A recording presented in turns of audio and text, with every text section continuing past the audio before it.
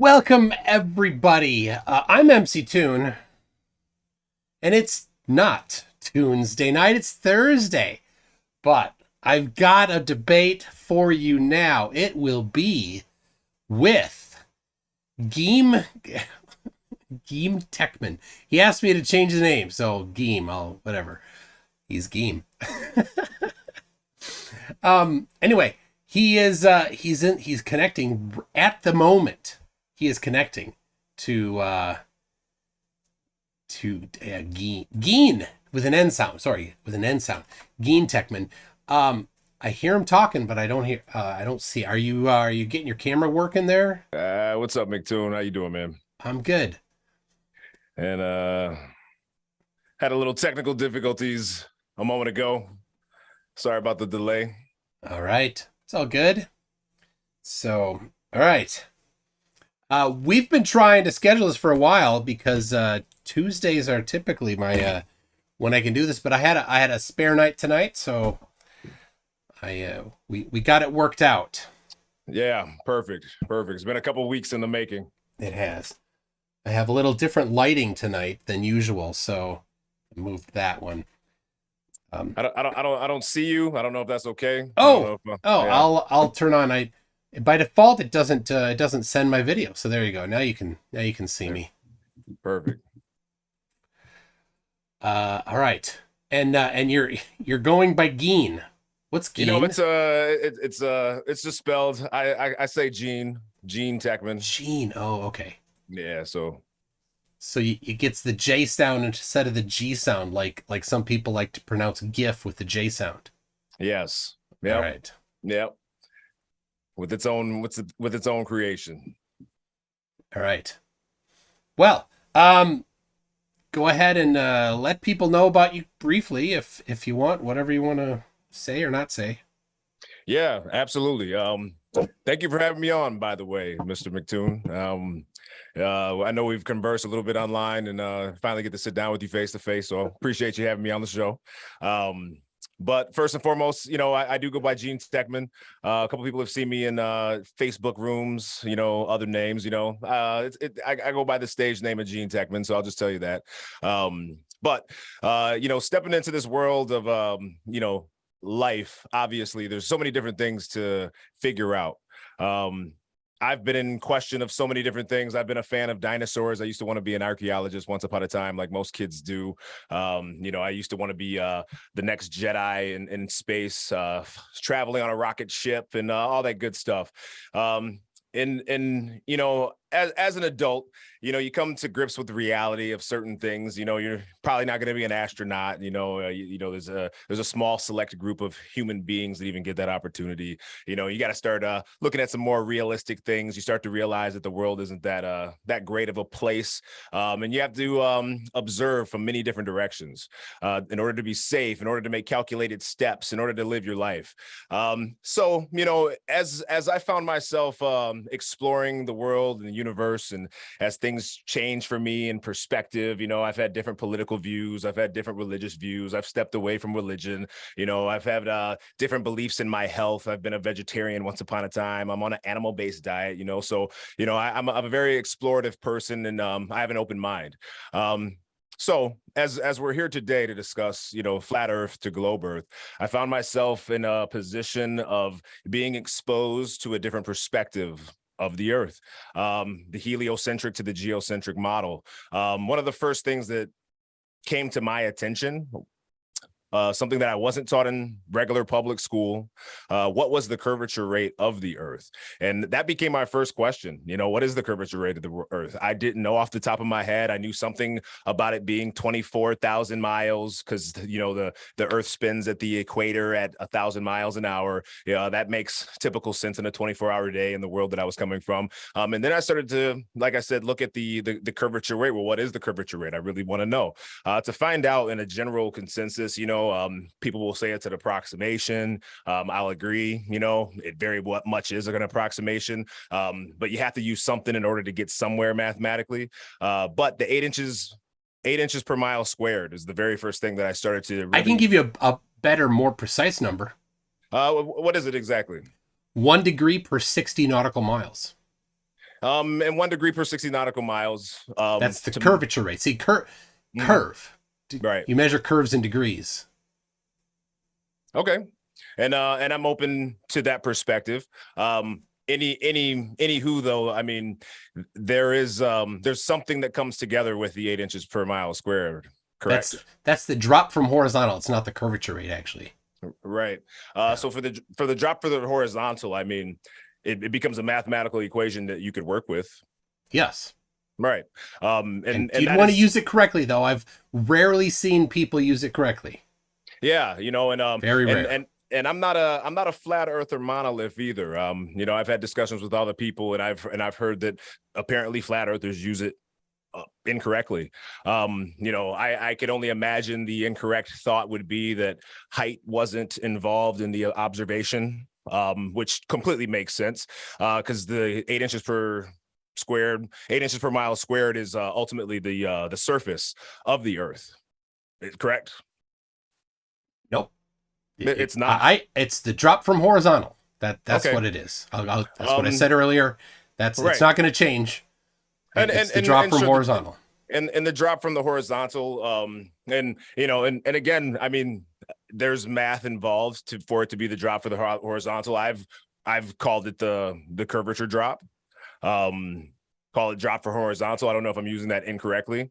But anywho, at a certain point, you're still able to make a mathematical observation with it. Yep. Yeah. And so that's where I found value in having that math.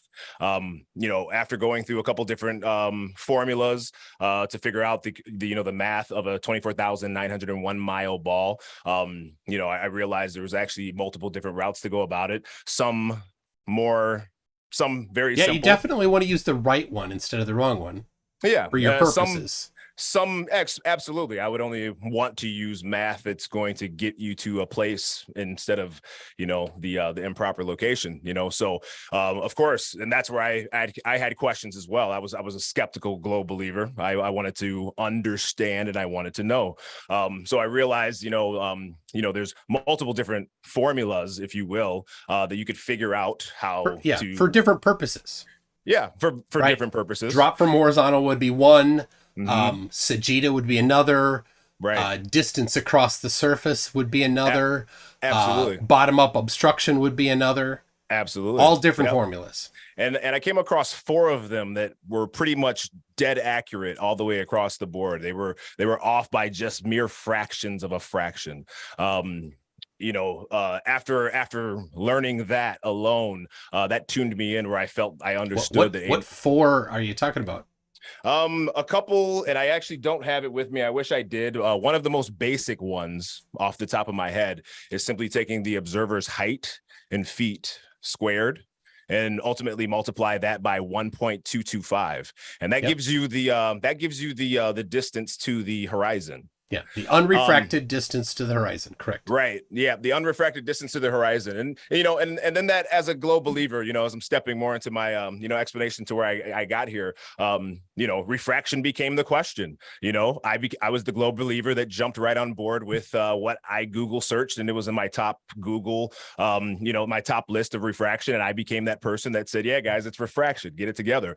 But then as I started to look deeper, I realized that refraction couldn't be the glue that kept everything together. And I started to realize that refraction was ultimately just thrown out over and over and over again at any type of observation that appeared that shouldn't have been, or geometrically should be behind the curve by several hundred miles to some occasions.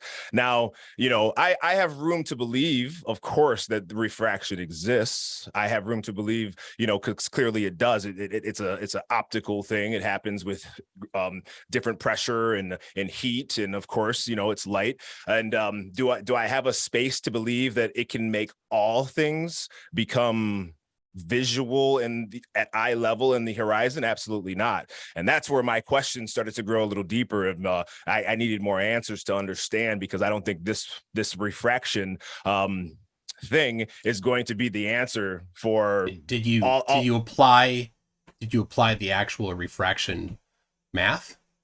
With the actual refraction math itself, I've used what is it, the advanced calculator. Yeah, I forget Walter Bisnan's advanced Earth calculator. Yeah, Earth curve calculator. Yeah. I played around with that for a little while, and then as I played with it and realized that there wasn't anything else other than this that kind of had its own biased roots, that I didn't quite agree with, that this could be an absolute, and this is the answer. So again, I know this will always be the forever argument between a globe and a flat believer, but mathematically, I don't see refraction being any mathematical equation to make reason for something appearing eye level that is supposed you understand to be that thousands of feet below a curve. It's not mathematical. It's first based in measurements in observations in reality, and then the math is applied. Snell's law is applied, and the actual math is determined for it, right? And Snell's law is a pretty stinking good law, right? Otherwise, the glasses that you and I are both wearing would not be well done, right? Sure. So Snell's law is well understood. So an application of Snell's law gives us the math for determining the prediction for how much effect we should see over a distance, knowing the certain conditions. And it's impossible to know all the conditions, so all measurements in reality have a margin of error. But the better you can do to gather the affecting conditions, the better you can have your estimate, and you can shrink that margin of error. And I'm open to any type of dynamic of understanding of perspective in science. I wish I could apply that and completely just nod my head and agree. But I still have the challenge of thinking that a 600-foot building can be seen at 80 miles away, when it should be thousands of feet below the curve. Light's bending thousands of miles. It should not be. That's the thing. When you apply the actual globe prediction, it should not be. Is probably the words to put in there. It should not. It should not. So be, it should be is based on the not globe version that you're testing. And instead, you should test the globe version, because the not globe version isn't really what you're trying to. What I'm talking about isn't what other people are talking about. I'm talking about the actual globe where there's refraction and it's quantified and measurable and repeated and definitely well understood.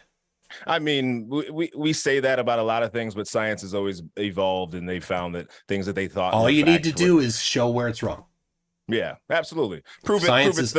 Science is always open to be shown that it's wrong, but saying it's wrong without showing that it's wrong, that's not useful. Yeah, absolutely. It's not useful. You're right. And this is firmly coming from me myself. I'm not on to outwit you by any measure. And really for it comes down to me is the question is, why shouldn't people be skeptical? Definitely science, should be skeptical. I mean, and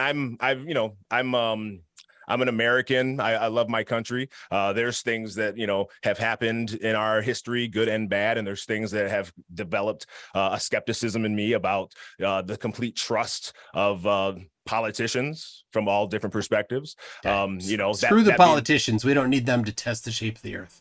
Yeah, we don't. But that is where my skepticism comes into play. I do have questions of the perspective of science. The science program that we have adopted is clearly skewed. It was bought and purchased in many different directions.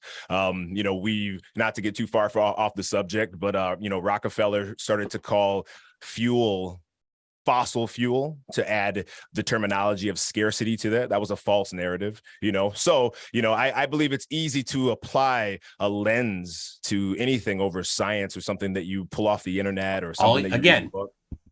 It all requires the simple thing of just showing where it's wrong.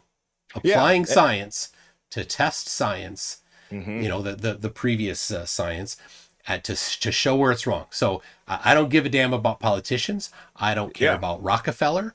I don't care about any skewed views of the education system. I'm a homeschool parent, so I don't care much about, I mean, I do care, but the public yeah. school system isn't something that my kids are involved in. So it And doesn't you had matter to become me. I teach myself. you I became was just looking through today, going through my, I messed up the screen here. My kid's science book, or not science book. This is the math book for typically their sophomore, or sorry, their junior or senior year.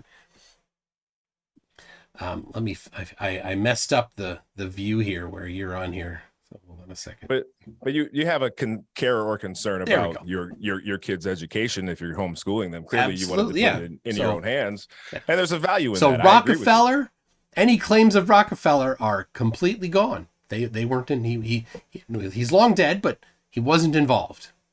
Sure,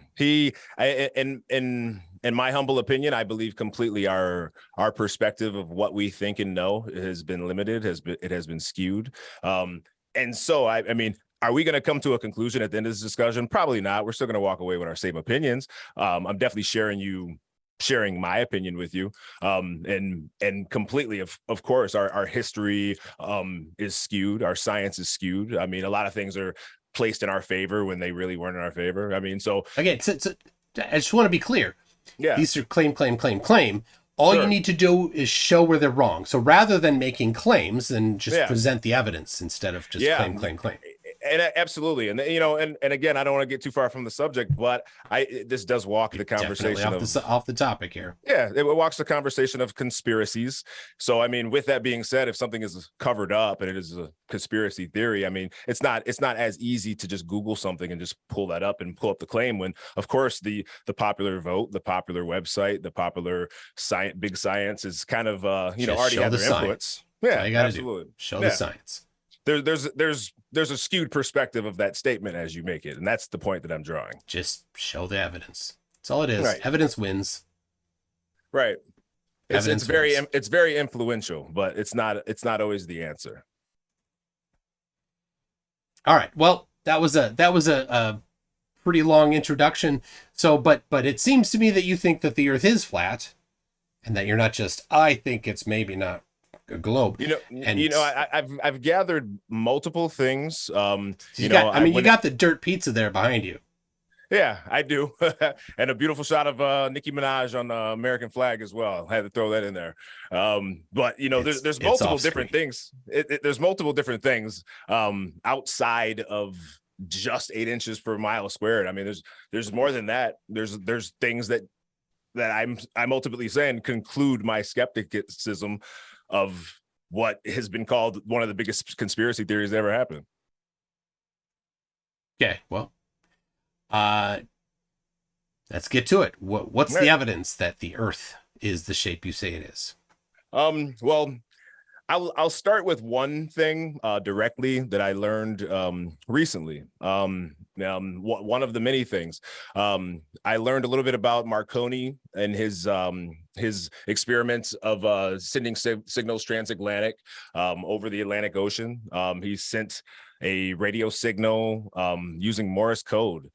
2,135 miles. That's a curvature rate of over 510 miles. Radio waves don't bend in the fashion of being able to hug water. And then the which I call a story of propaganda, which happened years later after they come up with some form of conclusion how he conducted his experiment and how he was successful at it. It's discrediting to say that he bounced it off the ionosphere when he wasn't studying the ionosphere in 1901. Yeah, but December 12th, wanting to or being aware of it or not, if it's there, it would be bounced off of. So he doesn't need to be aware of it for it to happen, does he? Directly aware, but nor did he send it in the air to be transmitted or bounce off of the sky. How did he send it? It was directly over the ocean. Using what kind of antenna did he use?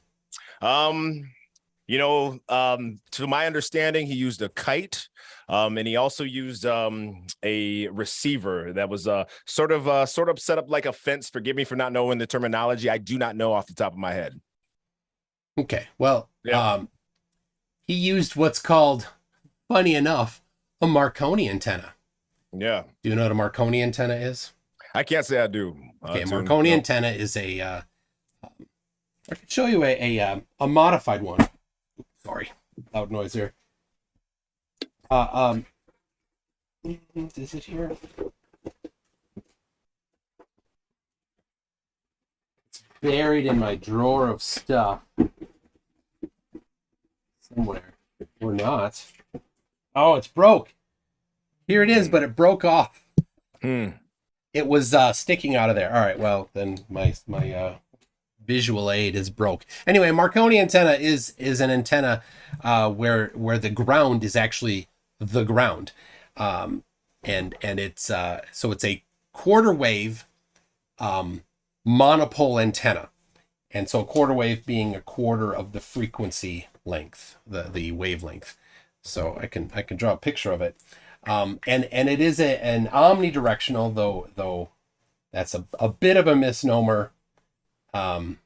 Because hold on. So it's a bit of a misnomer to say it's omnidirectional, because the idea of omnidirectional would be that it goes in all directions, right? There it is. This is the dirt, right? The dirt of the earth. And so when you say it's grounded, it's actually grounded, right? Now, not many antennas can use the actual dirt of the earth as the ground, and so they'll do things like they'll have a plate underneath it, or sometimes they'll have wires coming down at an angle if they're doing a quarter wave monopole antenna. So that's what he used, and it's, I said it, I kind of hinted at omnidirectional. It's not truly omnidirectional. It goes out in a donut shape. So from this, I'll draw a little bit of a. This is like a side view of the phases, maybe the peaks of the waves, and it goes the other direction. It doesn't go up hardly at all, and so most of the stuff is directed to the sides. At the time, this was the cutting edge technology. They weren't able to make directional antennas, so this is a low gain antenna. So that he couldn't aim it; it was aimed horizontally, right? So it went the way it went. It wasn't aimed. So whether the shape of the earth is independent, and if it did bounce off the ionosphere, he did not need to know about it. He didn't have to intend to do it. The ionosphere was still there, right?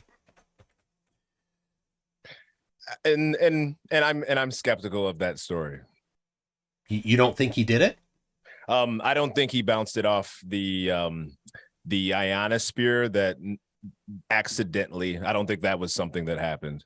I think it makes a very a great propagated story, but it doesn't sound realistic.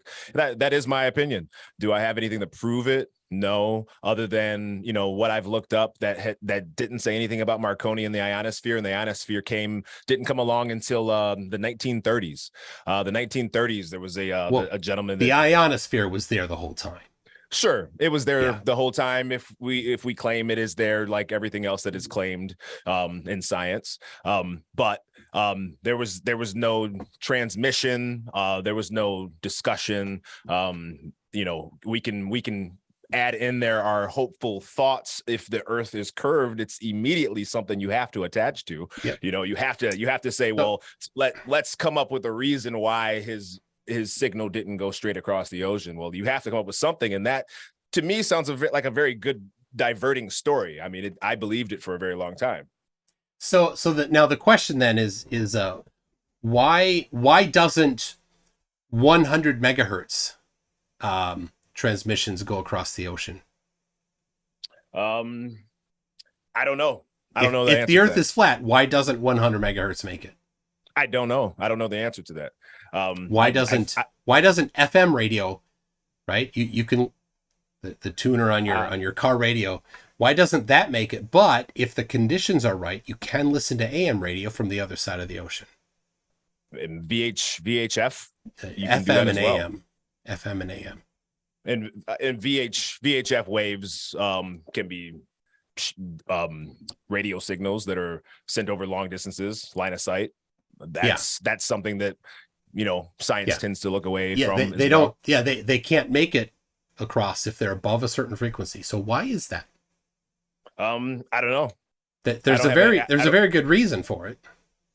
There's a It's well understood. a guesstimation that it could be the curve of the Earth. It could be something else.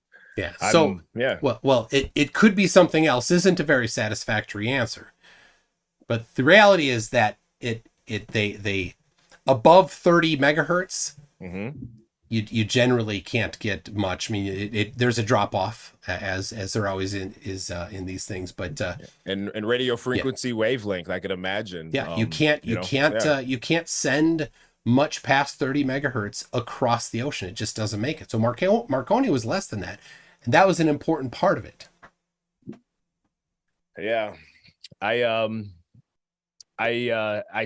even if he were less than that, I think, especially with radio frequencies, I don't think that cancels out the possibility that there could be a window of frequencies that don't make it far distances. I think that's why is that? I don't know, other than frequencies all work differently. Other than myself working with sound in my lifetime, some very low sounds are very apparent, but not caught by certain ears. Children can pick up different frequencies than adults. So, could there be something with even the receiver of receiving those radio frequencies at certain distances that could affect that? I believe that all things are possible in that. So the reality is that this isn't a new technology, right? Marconi sent his first signal, I think, in 1901, correct? If I remember correctly. And it is currently 2023, leaving 122 years since then. The technology has certainly advanced. People do understand how to do things. We can make high gain antennas. We can make extremely high gain antennas. We've done all of these different things. We can, in our cell phones with no antenna sticking out of it, talk to a tower many miles away. Yeah. Where in the late 90s, early 2000s, you had antennas sticking out of those cell phones, and some of them were extending telescoping antennas so that you could get a better signal. Sure. So the manufacture, the design, the function of antennas is well understood. So you have, these exist. You can't deny that these work. You can't deny that the understanding of this is well done. Radio and cell towers. And so then to say, oh, well, maybe we just don't know. Well, that's a huge, huge claim, because we definitely do know.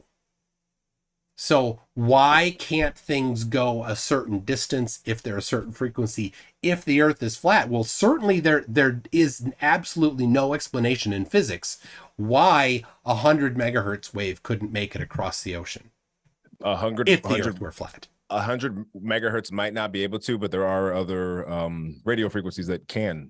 Yes, so, less than about 30 megahertz. Yeah, I mean, so that alone applies that, the curvature of the Earth isn't the thing that is stopping it. It actually completely does, because of Snell's law, and less than 30 megahertz reflects off of the conditions that are present in the ionosphere, and more than 30 hertz does not. That's a huge part of it. Yeah, there's nothing not understood about that in how radio frequency propagation works. And how does that ever get applied in radio propagation? How does that ever get applied where that is a useful tool to be able to apply that? What's a useful tool? Bouncing off the ionosphere? Yeah. Well, ham radio operators, guys doing it for fun all around the world, employ it so that they can talk to people that are farther, and they know well that there's frequencies that it works at and frequencies that it doesn't work at. And I mean, and that sounds, again, like when I'm telling you it before it turns into anything else, from my humble opinion, it sounds very easy for that to be a propagated story. I think you could just go get a ham radio license, buy a little bit of gear, and test it. I mean, right? The it's a story doesn't get you anywhere when you can, with no government, no government anything, nobody caring. You can just go test it yourself. And as far as radio frequencies, when it comes to even the Knickerbein radio frequencies that the German bombers applied. Again, that was VHF radio frequencies. What frequency? I don't know what frequency they used. I know. And you're the smart know-it-all guy. I know. Do you know what frequency they used? This channel is to apply how smart you are. I know that, so I'm humbly just telling you, what I mean? I'm not here to outwit Gean, you. I did my homework, right? I don't have this book on electromagnetism because it's just for fun. I mean, it's definitely a challenging book. This is the book I used when I was at university studying electrical engineering. So awesome. The frequency that you're talking about here, for people that are wondering, this was during World War II. The Germans had in France and on the mainland of Europe, they had towers that were high gain directional antennas, because by the 30s and 40s we knew how to make them. People had figured it out, pointing up, and the bombers would follow these particular wave frequencies, and they knew if they are going one direction or the other, because there'd be a drop off as they went there. And then when they came and they intercepted another one, they would know that was time to drop the bombs. Right now, if you go strict line of sight from those, then you'll find out that, oh well, there's a problem, because by that distance there would be they'd be too far away to get it. But what frequency were they? What frequency were they? 31.5. Okay. Megahertz. Okay. And where is the frequency drop off range for bouncing off the ionosphere? I mean, is it 30 as you applied? Right in that range, yeah. Isn't that amazing? I mean, sure. I mean, again, to me, it's a cool story. Now, if the Germans had chosen to do it at 40 megahertz, it would not have worked. Now, they maybe could have greatly boosted the signal, and of course, they were using high power stuff. They didn't have the FCC or the ICNIRP to answer to when they were making these things, so they didn't need to worry about health safety regulations. So they made them powerful, and so at 40 megahertz maybe, at 50 probably not, at 100 not a chance. Are you aware of how much curvature there was between the cities that they used to cross-sec? 1 degree of curvature per 60 nautical miles, as I said. Sure. Yeah. And you could use the drop to the horizontal. Could you not? You can't use the curve of the surface of the Earth and to apply how much curvature would be expected? Depending, well, of course, the antennas were not on the ground; they were up on towers. Yeah, so you'd need to factor that in. So it would be a two-part calculation. And yes, I have done the math, and it must bounce off the ionosphere. In order for it to be applied to the globe, it must bounce off the ionosphere. Yes. And if you apply globe mathematics, there would be over 118,000 feet of curvature. I would suggest you're probably not including the height of the antenna. I am actually. You did? Oh, all right. Yes. Yep. I used the height of the antenna on both of my calculations for both cities. Clev, there was 66,721 thousand feet of curvature, and the other city that they crossed over Derby, Solberg Hill, which was a total distance of 443 miles away. That was 118,424 feet of curvature. That alone, again, for line of sight radio frequencies, VHF, that draws question and skepticism if the story is the truth that's being told. Not at all, because it bounces off the ionosphere. So it completely matches the globe. So you've identified something that completely matches the globe. That's a propagated story. It potentially could also match flat Earth. That's a propagated story. It's not actually novel. Makes sense.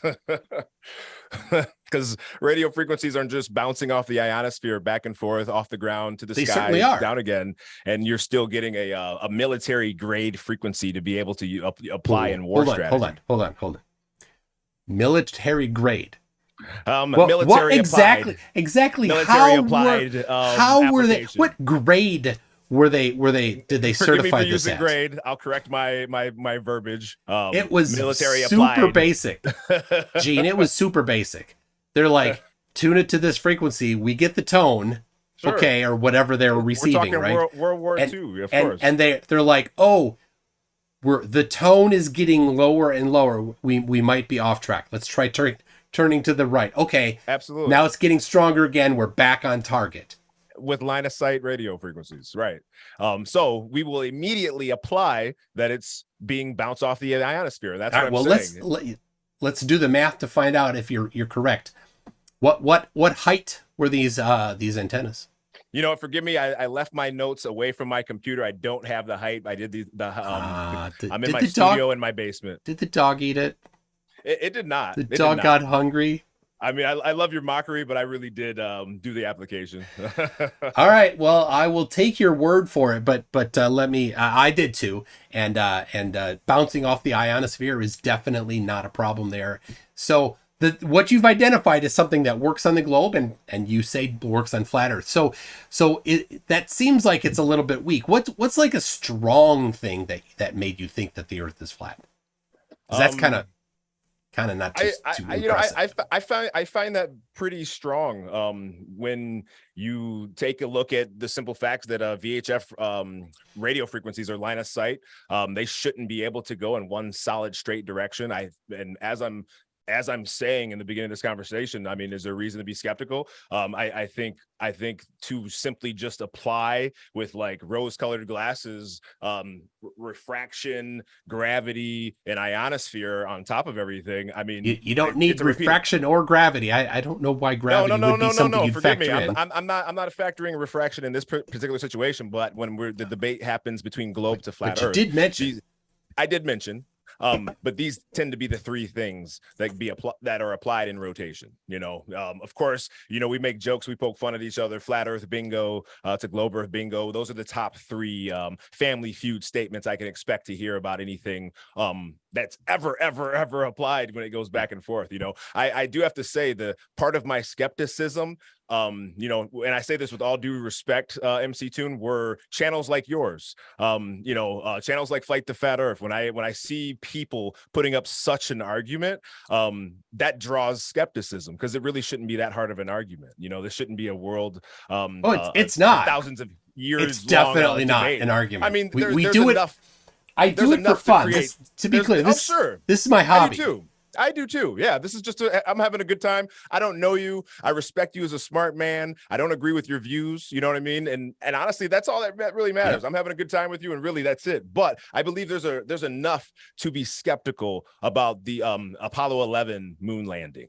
You know, I think that has to be another huge factor for me. Now, you are aware that if NASA never existed, it would not affect the shape of the Earth?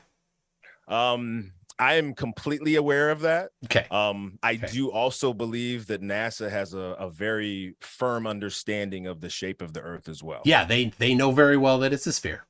And I believe they, just like the many documents that they have 44 different documents about it being a flat, non-rotating Earth. Yeah, you've not read them, have you? I've read a few of them. All 44. You didn't read them. I just know there are. Guess who 44. Read all 44? I mean, that's awesome, but what are we saying when we apply it? We're going to immediately say, well, they did that so the flight calculations would be easy to follow, which doesn't make sense. It doesn't make sense to apply perfect sense flight instructions on a flat, non-rotating Earth that doesn't exist. Yeah, they make perfect sense. The reason why it makes perfect sense. Now, there tends to be a list of things that they don't include, and they specifically note that they don't include these things. For example, the flex of the airplane. They assume that the airplane is rigid. Which it's not. They also assume that the airplane is a point mass, which it's not. They assume that the airplane is horizontally balanced, that its center of mass is not to the side at all, but that absolutely happens. They tend to do things like ignoring the torque of the engines, which exists. But the reason why you might ignore, or they also ignore wind. So you might ignore the torque of the engine because every airplane has a different torque. So you couldn't include it in there because you don't know the torque of the plane engine that they might be applying this to tomorrow. You wouldn't include wind because wind varies all over the place. You wouldn't include the distribution of mass throughout the plane because that varies. You wouldn't include the rotation of the Earth in it because that varies by latitude. You wouldn't include the curvature rate of the Earth because that depends on the elevation and the speed. So there's all these different things that they didn't include because it wouldn't make sense in the particular narrow problem that the engineers are trying to solve, right? Engineering is about trade-offs. Which Anybody that's an engineer hears that a lot. Engineering Absolutely. is about trade-offs. And Absolutely. so you can't include in your engineering everything. You can Sure. sit down at your planning meeting and say, well, let's solve a problem of this, right? You get this list of things and you're like, okay, screw that. So We this can is my only do question. 5 of them. So this is my question. It's I understand where it's easy to say, well, of course the torque isn't applied. Now, why would they include flat non-rotating Earth, but not list torque of flight not included? I'm going to list all the things that I'm not included. Sometimes they do. It makes it another, which I'm still saying, behind all of this, it allows space for skepticism. I mean, Not one bit. In fact, the reason why they specifically list those things in there is so that the engineers that are going to be using those documents know that they were not included, so they know that they must do their own inclusion of those things. Respectfully. And I could see where that could be applied. So it actually works against you when an engineer looks at that. We just laugh. We're like, of course, you. This is a list of things that the next engineer must include. and I could see where that could be implied. I could see that. Now the other problem is, let me just say, I can't agree that all of the documents are stating that for that same exact fashion. Yeah, well, I've read them. So sure. And actually I have my notes as I read them. One important thing is that almost every single one of these includes gravity. So if you're going to say, well, NASA admits, and cherry pick one sentence out of it and ignore that they're also talking specifically about gravity, that's a bit of a problem. I mean, isn't it? Because cherry picking is lying. Cherry picking is absolutely lying. Yeah. I mean, gravity is another unproven theory as well that gets applied as if it's a matter of fact from the globe. What could you list? What just for reference? Which theories have been proven?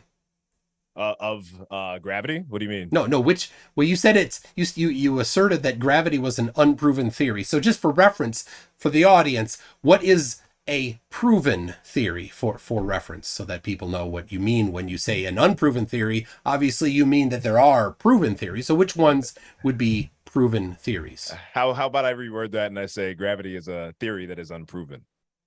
That doesn't help. So no. Show me which theories. Show me a theory that has been proven. Then which one? It's a theory. A theory is an estimated calculation of observation that you put together. It's estimated. So when I read this book here, The Foundations of Electromagnetic Theory. Yes. Is that guesses? Is that what this is? That's science. Science 101 is nothing as a fact. This isn't. I mean, there's no 101 about this book. You're not doing triple integrals in Science 101.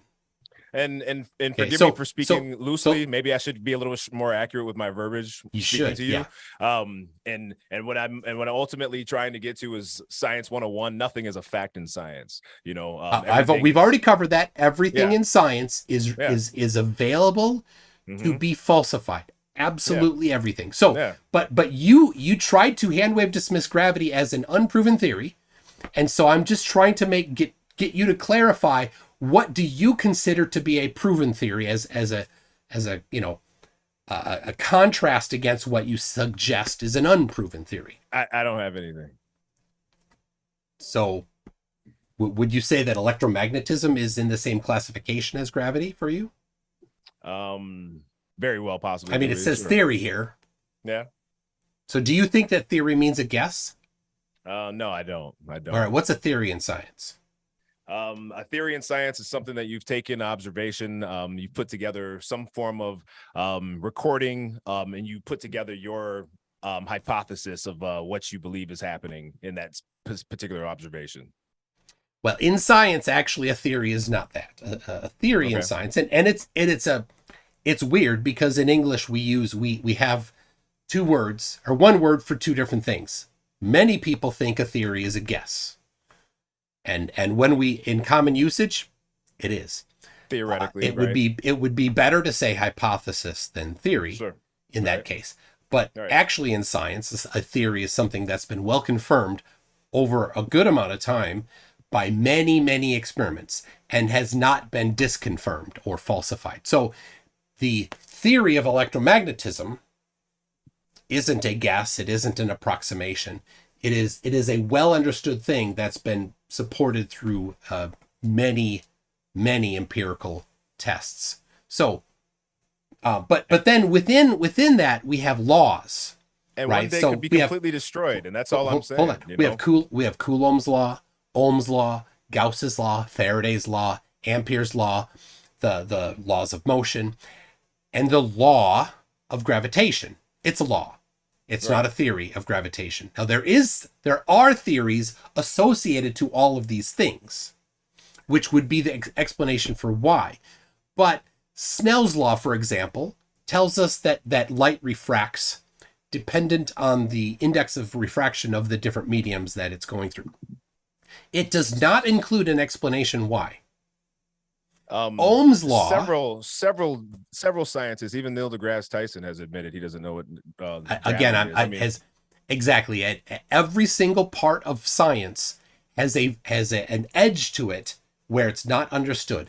Every single part of science, without Sure. exception, including Faraday's law, Ohm's law, Gauss's law, Ampere's law, Coulomb's law, all those laws, there are associated parts of them in science where people don't understand them. That's the frontiers of science. As soon as you figure one thing out, well, another 10 questions show up after you figure that out. Right. So is many years ago, people thought, well, an atom is the smallest bit of matter. right. And then they started to explore that, and they discovered, oh no, there's not. There's something with a positive charge and something with a negative charge. Well, at that time, they didn't understand why. Well, then they went further and they explained and explored things, and they discovered, oh, there's electrons and there's protons. And Bohr came along and presented a better explanation than had existed before. And Bohr's model of the atom was revolutionary. It was amazing. And then people discovered that it didn't quite explain things. There were parts of Bohr's model of the atom that didn't work. And so at the time, if you were to ask the leading scientists, do you know why something atoms and electrical charge, they would have said, we don't know. And then later they discovered, oh, well, the electron isn't actually at a specific distance from it. It varies in distance. And actually it's better described as a quantum potential. And then they're like, oh, well, what keeps protons together? They all have the same charge, and yet they get stuck together really tightly. Why so to the people shortly after Bohr's model came out, Gean, when you ask them why do the protons in an atom stick together, what would they say? I don't know. What would they That's say? right. They would say, I don't know. Yeah. Okay. And so not knowing doesn't mean that Bohr's model was wrong, right? It was right for certain purposes. Right. And not a full understanding of it. Right. I mean, many scientists, that's kind of like the fun and the challenge of being a scientist. You challenge science, you question science. And there's always something we don't know.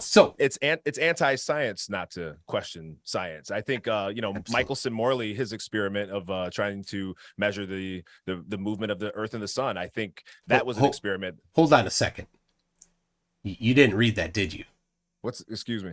You didn't read Michelson Morley. They weren't trying to measure the movement of the Earth around the sun.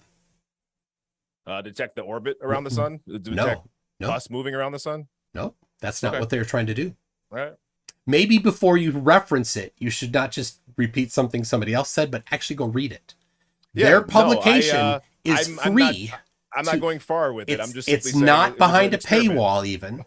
Right. A lot of new sciences, you have to get a subscription. You got to pay money to see the publications. But Michelson-Morley's experiment is free. You can go read it yourself, and you can find out that they were not trying to measure the rotation of the Earth around the sun. It's not what they're trying to do. But you just said that that's what they're trying to do.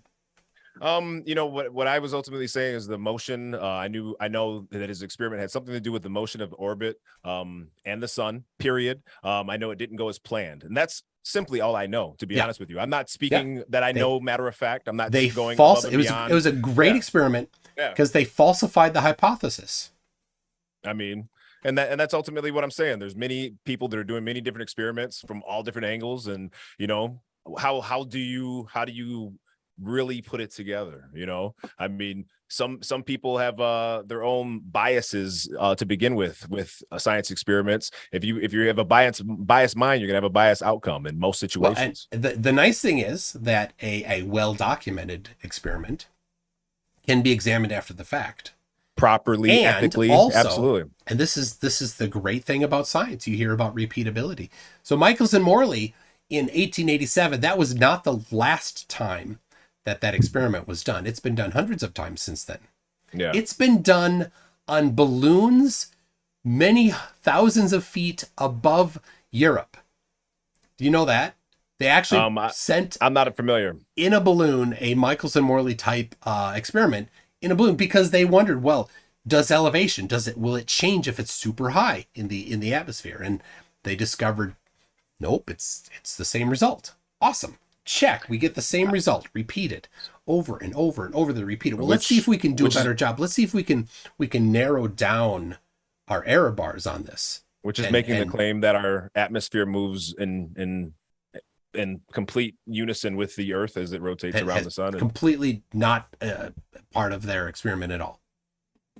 Not even related to their experiment. You said the balloon didn't move. So that's that was just kind of No, I didn't say the balloon didn't move. I said that the experiment matched the Michelson-Morley 1887 experiment, right? They did not find, because it's in this L, right? This light goes in an L path. They did not find that the velocity of light in either arm changed based on elevation. Good. So one of the things they were testing was, does elevation affect it? Turns out it does not. Understood. So I'm still wondering,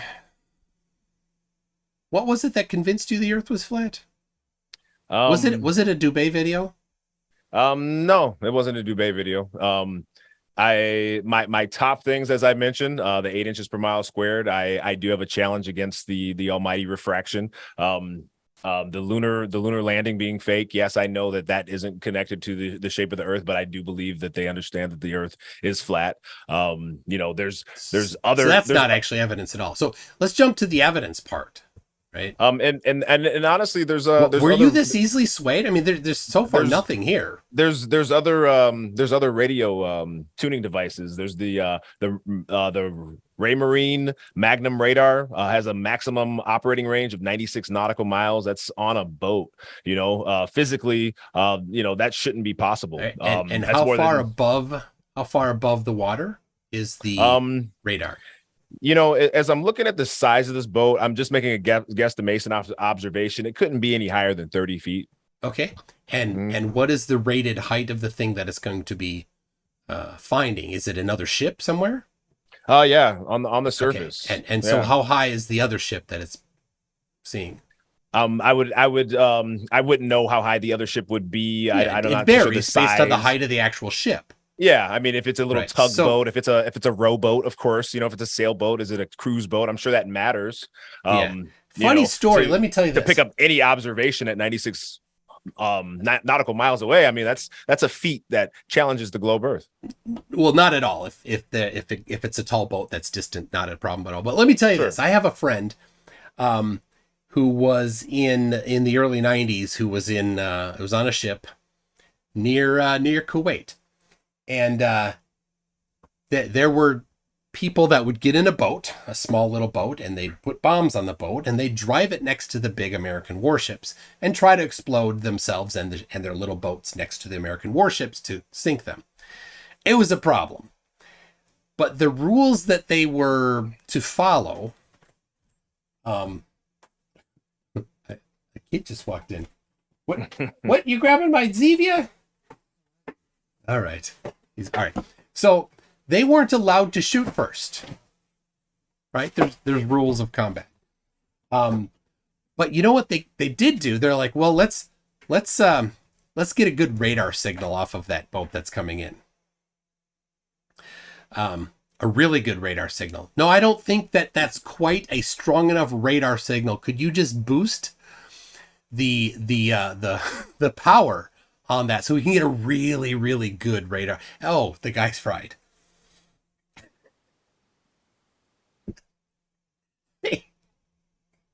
Somehow, all of a sudden, the guys couldn't work the boat anymore. They're like, and the boats just started going in circles. They weren't able to blow it up.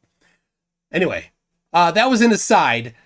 So the point is, though, all of these different things, the problem is that there is a radar horizon, something that's called a radar horizon, and yeah. It matches the curvature of the Earth, and it depends. You have to do the math right, so you need to take into account the height of the radar above the water, and you need to take into account the distance away, of course, and you need to take into account the height of the remote ship. Absolutely. So if it's a plane, well, that's not hard. It's up in the sky. If it's a boat, well, it depends on how big the boat is. Now, here's the problem that a lot of people miss.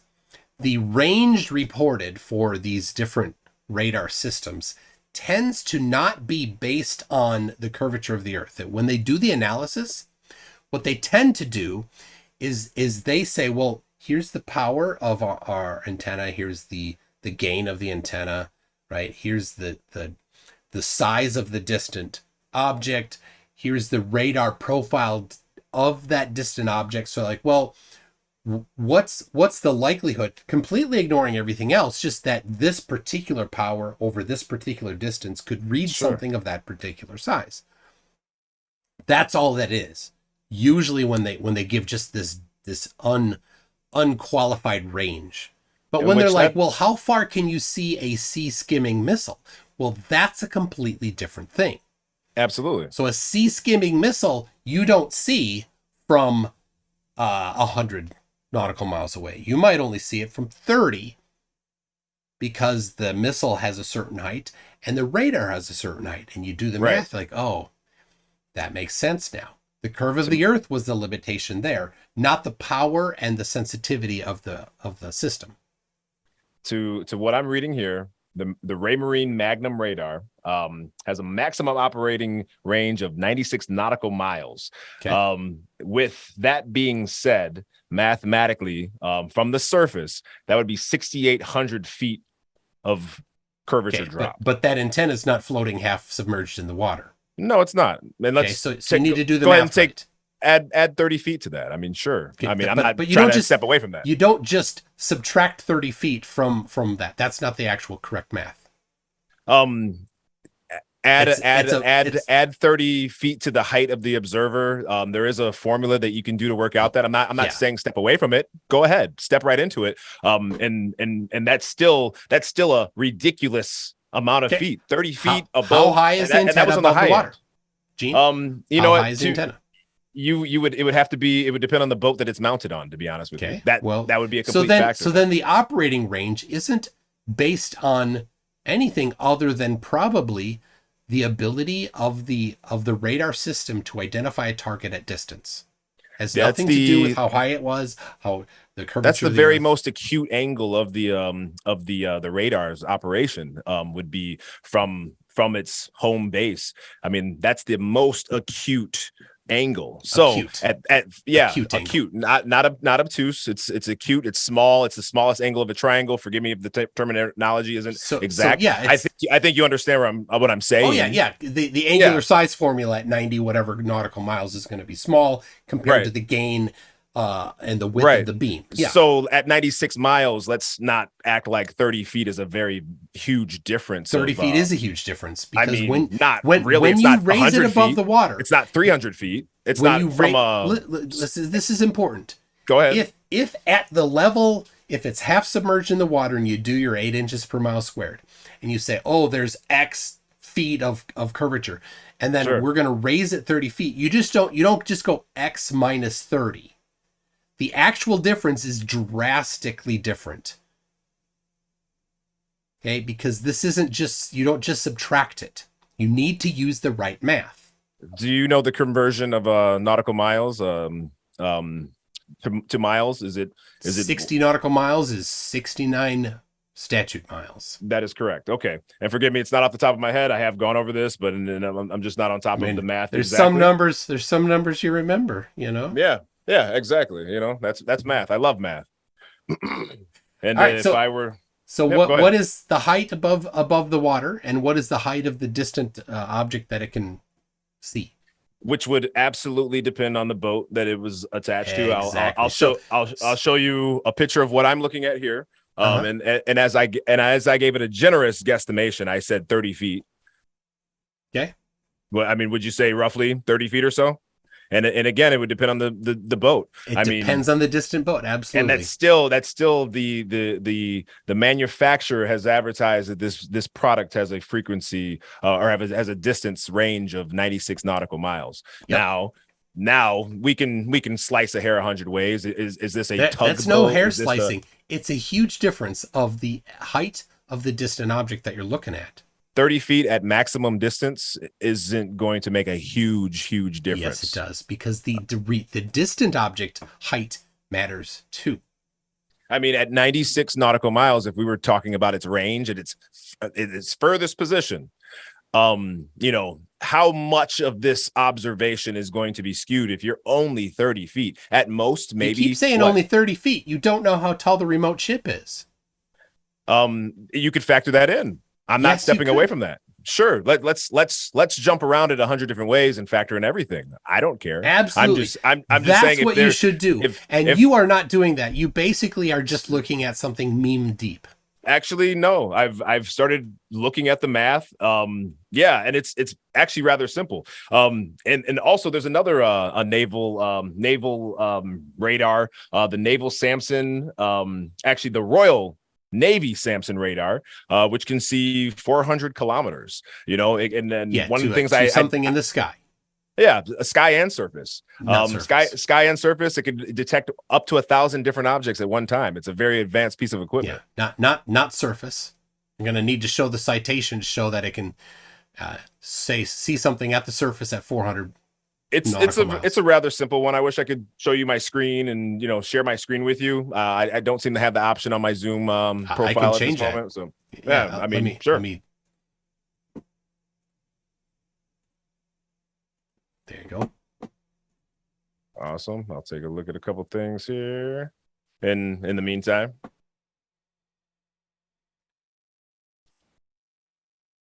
Now, is this just going to be marketing materials?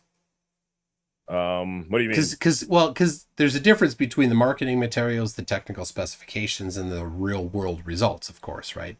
Yeah. So typically, like you showed there, that was the marketing materials for this boat that you're showing. You know, it wasn't even marketing materials, and it wasn't even necessarily the boat. It was ultimately just wrapped around the Marine Magnum radar, and its maximum operating range. My depth into looking into this specific unit, this specific commercial unit, was to simply go to their website, just kind of checked around and poked around a little bit, checked out price points, the range of different radars. This one specifically, just looking at their calculations of it being a 96 nautical mile range. Confirmation, this is what's being marketed, this is what's being sold. Did I go any deeper into that particular? No, I didn't. So yes, is it a factor of what boat you put it on top of? Sure. Were they calculating for this being on the surface of the ocean or on a 30-foot boat? I don't know exactly. So it's not very useful. If you want to discredit it, if you want to discredit it that simple, that's still 6,800 feet of curvature. That's a mighty big boat. No, if that's it's not. Or those are the only boats that we're talking about. In how many miles? How many miles? 60. That's 6,800 feet of curvature. No. How many miles away? 96 nautical miles. So 96 nautical miles is 1.5 degrees of curvature. So curvature is measured in degrees. You keep outputting this numerical, this linear number. Curvature is not measured in linear numbers. Mathematically, it can be. No, curvature. You said curvature. Curvature is degrees. Curvature drop. I'm talking about the curvature from horizontal is what you keep applying and saying curvature. Okay, drop from horizontal. Forgive me. I drop from horizontal. When you do the drop curvature. From horizontal, it is for this particular application. It's only if the antenna is half submerged in the water. I appreciate you correcting my terminology. I'm glad you also know what I'm attempting to say as well, because I am simply trying to apply, obviously, the horizontal drop, which I recognize. I call it curvature or curvature drop. So forgive my language to your language, but you do understand what I am trying to apply and what I am saying. Okay. Now it's clear, and Geistview in the chat has given me my terminology. So when they say range, Geistview is correct on this. I wasn't being clear. When they give the range of a particular radar system, it's about the resolution. And you said the acuteness of the angle, and that's kind of gets into it. So it is purely independent of how high it's situated above the water. It's independent of how high the distant object is. It's just about the resolution and the quality of that particular system to identify something remotely. It has, and so if there's something in the way, it won't do it. If it's too small for that particular resolution, it won't do it. If it's bigger, it can see it farther, potentially, depending on the resolution or the range. Sure. So that's the maximum that it can do in optimal conditions if there actually is line of sight between the items. Sure. So then you go and you need to find, well, what was the actual, like, this ship with a radar mounted this high was able to see a ship this far away that was this particular height. Absolutely. So that's the thing you actually need to look at and find an example that might support your actual position. But all you've found is like, oh, well, it's really just the hypothetical range and optimal conditions. What's the conversion of 96 nautical miles in miles? 96 nautical miles to miles? Yes. All right, I can do that quick here. 96 nautical miles to statute miles. Now, if you want, I can convert it to kilo sheep lengths. No. For the Scottish people in our audience. No. That is 110 statute miles. Okay, 110 statute miles. All right. Now, in this calculator that I'm applying, this is Earth's curvature calculator that does include the height of the observer.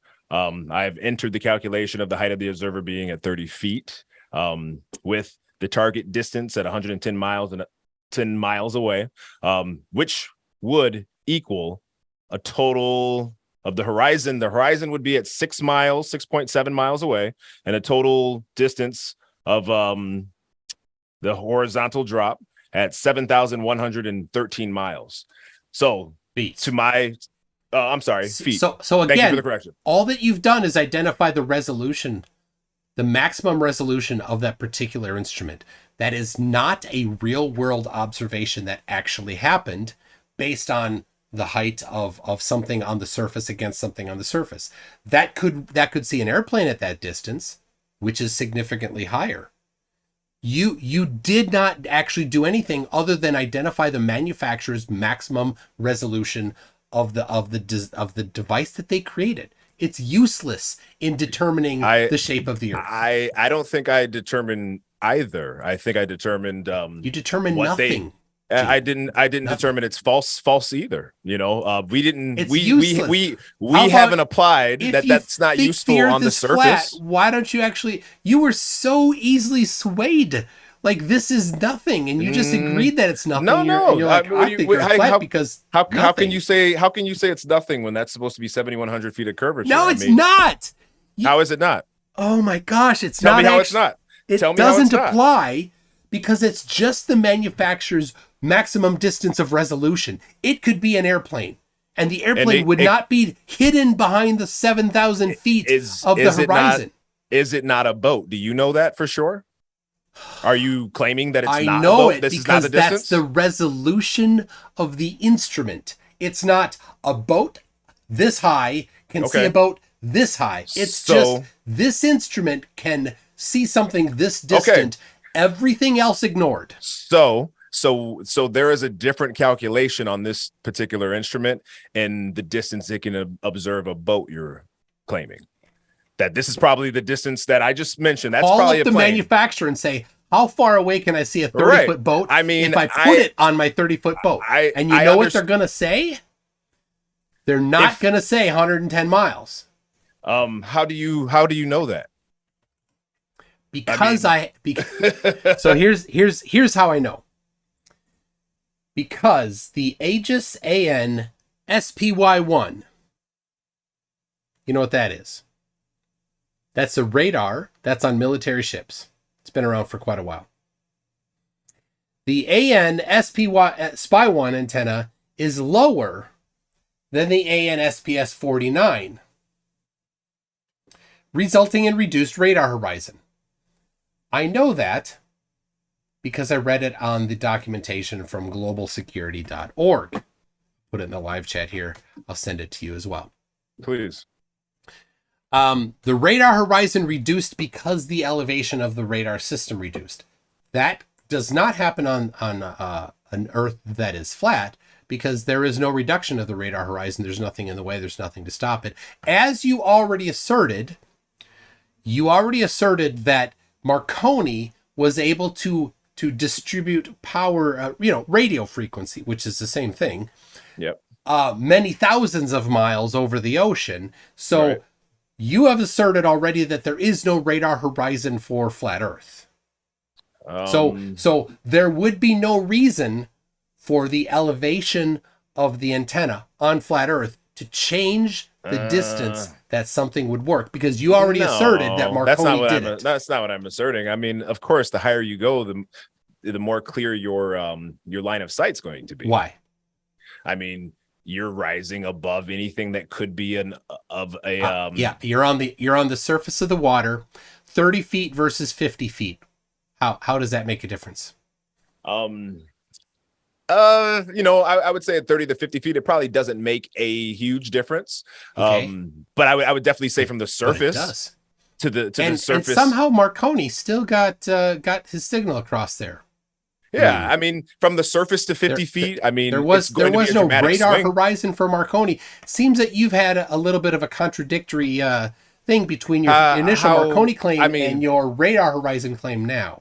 No, hold on. I don't want you to put words in my mouth. What you're feeling is you've painted yourself in a corner. I didn't paint myself in a corner. I don't want you to put words in my mouth either. I mean, from the surface of the ocean, sending a radio signal at, let's say, a meter off the surface, or if you're 300 feet in the air, I mean, clearly there's going to be a huge difference. But that's not what we're talking about. We are. We're talking about ANSPY-1 antenna is not a meter off the surface. It's quite a bit off the surface. Okay. And the AN-SPS-49 is even higher. Okay. And those two systems have different radar horizons based on the elevation. Okay. So the particular radar horizon math is based on a specific radius, and it works for both of them. Now, why would that radius... why would the radar horizon be related to the radius of the globe if the Earth was flat? Why is that seems a little coincidental, doesn't it? I mean, Again, there's multiple radar frequencies that are going beyond your typical radar horizon. Again, the Samson radar, it goes 400 kilometers. That's 250 miles. I mean, But not to the that surface. um and even if it wasn't on the surface, To an that's airplane where there's nothing in the way. to Absolutely. an Not a airplane. problem. Yeah. Oh, and I'm sorry, forgive me. I misunderstood when you said to the surface, but yes, this particular radar does detect things on the surface. It could detect up to 1,000 different items. Yeah, I want to but believe how far away? it's How far away is it rated? And specifically, has it been successfully doing this on the what I'm surface? looking at right here says the Samson multifunction radar can detect air and surface targets out to a distance of 400 kilometers. Okay, so air targets out to, yep, absolutely. It is capable of tracking hundreds of targets at one time. Doesn't matter. I mean, The quantity of targets isn't in question. sure. It's about the software. The programmers were good. It's a very sophisticated program. Ultimately, is what I'm bringing mention to that. Yeah, and it's a phased array, and they're doing a pretty good job there of writing the software on these different antennas to do that particular type of stuff. But you didn't show. You don't have a citation that says that it can see surface targets at 400 nautical miles or kilometers. Actually, I do. That's actually simply on Wikipedia, the most basic of all basic searches. All right, but it is on. Put it up on screen. Or you if I could send it to me. Yeah, let me see if I can step into my Zoom for you, and we're gonna share my screen here. Yeah, and unfortunately, I don't see that option on my screen here. I don't know. Bottom center. Share screen. Share screen. All right. And is my screen sharing with you, pal? Yep. All right. And so it says right here. Oops, excuse me. Let me see if I can try that again. And as it says right there, the Samson multifunction radar can detect air and surface targets out to a distance of 400 kilometers. Yeah, but it doesn't say surface. It says does. Air It says and it's surface. So it can get air to surface. 400. It doesn't say surface to 400. It does say surface. This is air and surface. Air and surface to air 400. and, which is included. Okay. Air and. So Right. not surface. Air for sure. Surface no. I mean, you are skeptical of it being the surface, and you're allowed to be. I would just love to see the actual application of it successfully seeing something at 400 kilometers over the surface. Me too. And like I said, so you don't have things like this cause skepticism. Now type in Earth there. Just type in Earth to the search. To Wikipedia, no. Yeah. I mean, it's pretty biased, Oh. We know that's what's going to pop up, Oh, cherry pick. Okay. I mean, come on. I mean, the top Google searches are going to be propaganda pages of with You're not on Google. You're on Wikipedia. And Wikipedia is very biased. I mean, ChatGPT is a AI. It's biased. There's a programmer that puts the software together. All you need to do is find evidence, and we're still lacking. But FTFE, which truly, MC Tune, I have to ask you, like, truthfully, I mean, I have to say it again. You are part of the reason why I got curious about flat Earth. People putting up such a fight. I mean, why are we shadow banning any videos? Why is anything shadow banned? Why is there such an outrage to fight up against it? Not to say that you did, bro. I'm just saying, like, it's obvious if you Google flat Earth, the top pages that pop up are all propaganda pages. You know what I mean? If you look at anything in YouTube, hey, Google. Google, could you have mine show up first, please?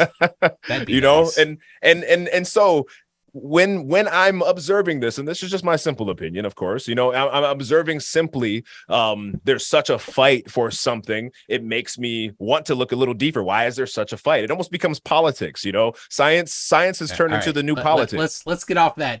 Let's get back to the evidence. But actually, I have a couple things from the audience, if you don't mind. Sure, please.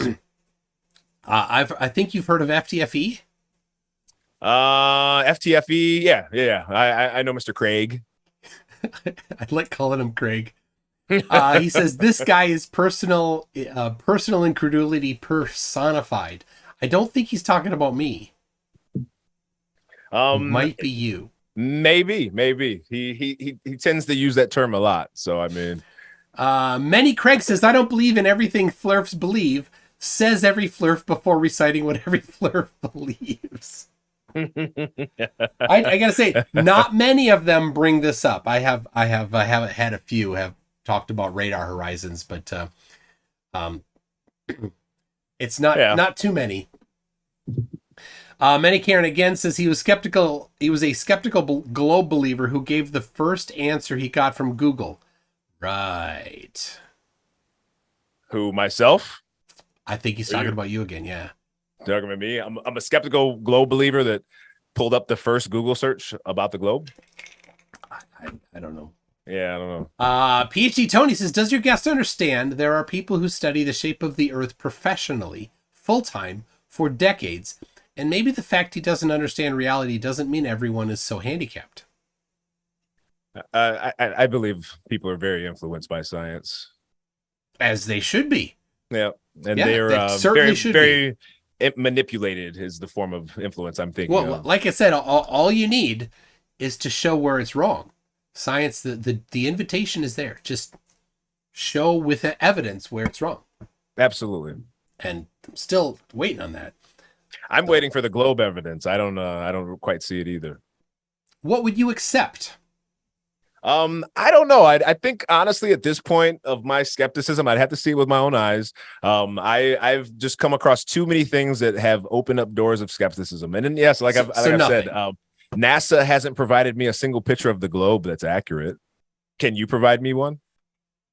I don't know why you would say that about NASA, right? They have 15,000 photographs from the Apollo archive, taken on film, developed in a wet room or in a dark room.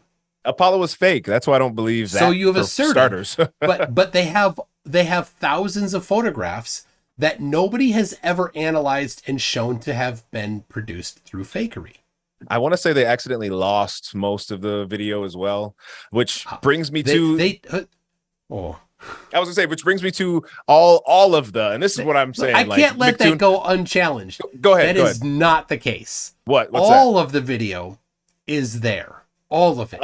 There is no lost video. From what I understand, there are hours of the lunar landing, Apollo 11, that they claim to have lost. They were destroyed somehow, some way. The video all exists. And that's cool. The data was transmitted from Apollo to Earth in a very specific format. The original format video that could not be played on anything that exists today does not exist anymore. But the broadcast version of all of that video does exist. So they when they received it on the fly, they converted it, and the post-conversion version of that video absolutely exists everywhere. And many just so you understand my thinking, that to me almost sounds like a wife getting caught cheating on her husband and coming up with some false story. That doesn't sound authentic. We lost the information. That's a typical government plot, you know. They didn't lose it. It's all still there. Sure, we still have it, but we can't look at it though. I mean, no, you can go look at it. We can pull up video from all of the Apollo missions right now and look at it. Oh, okay. Forgive me for misunderstanding you then.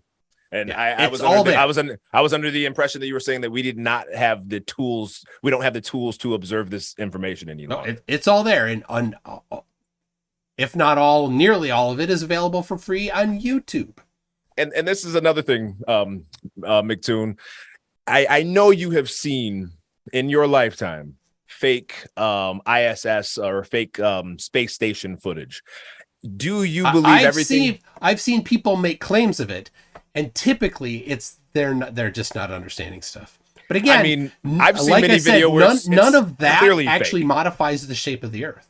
I mean, it doesn't directly modify the shape of the Earth. It just makes me lose trust in the integrity of our space agencies. Ignore everything NASA has ever done. The shape of the Earth is still easy to determine. I mean, that is their... But you've already stated that you will not accept any evidence. I mean, I will. I'm totally open. Well, then what specific evidence would you accept? I have more skepticism than I have trust. It's actually called denialism is what you're talking about. So let me ask again. It's a very specific question, and you should be able to answer it. What would you accept as evidence for the shape of the Earth?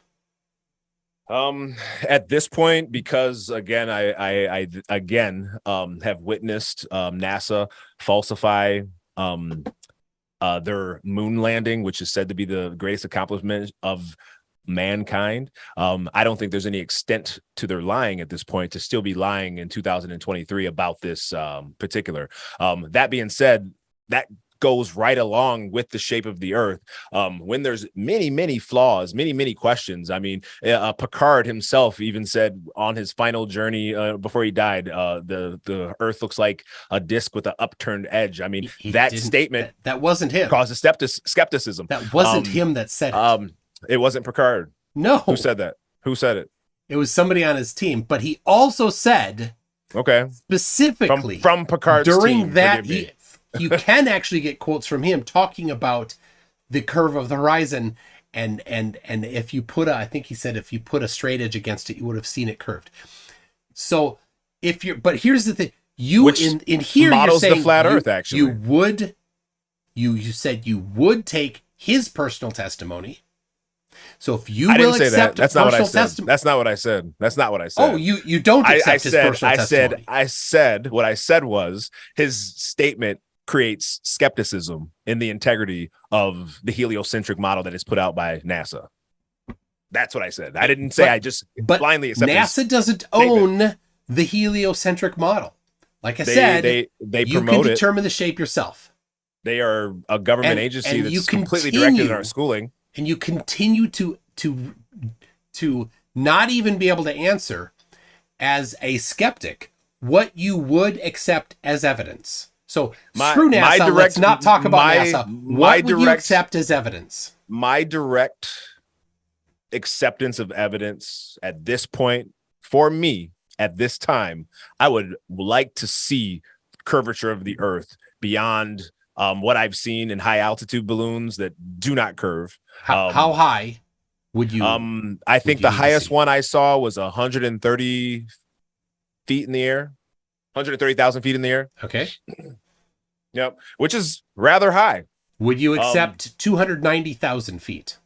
Would I accept 290,000 feet to see curvature? Yeah. I would say yes. Okay. And am I going to make a liar out of you? Is the next question.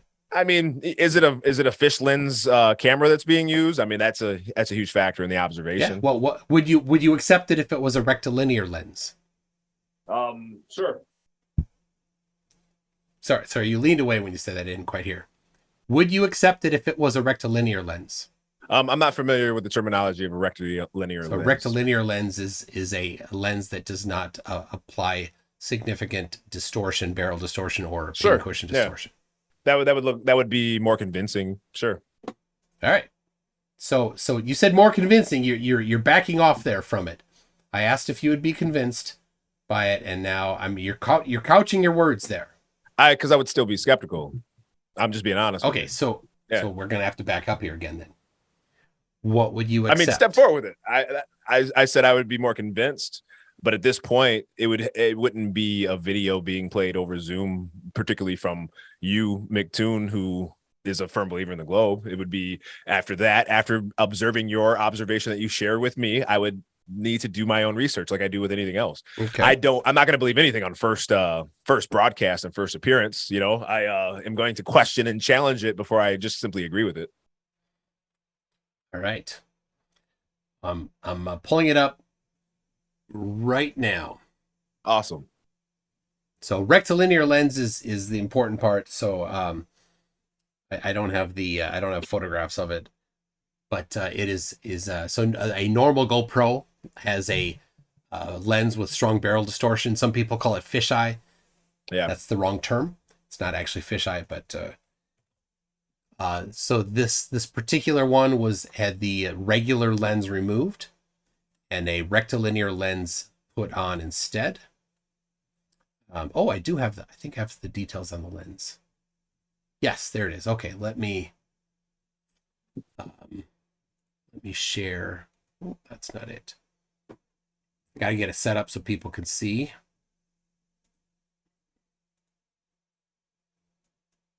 All right, so there is for people at home they can see, and I'm going to share it to you so you can see.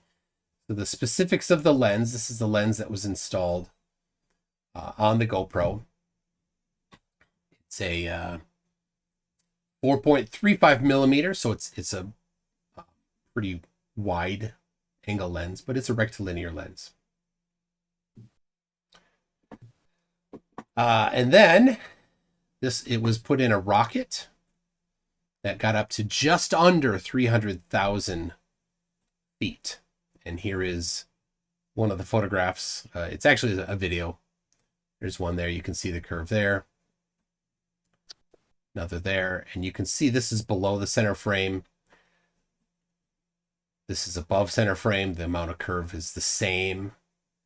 So a lot of the time you'll see these lenses where it's below or above center frame, it modifies the amount of curve.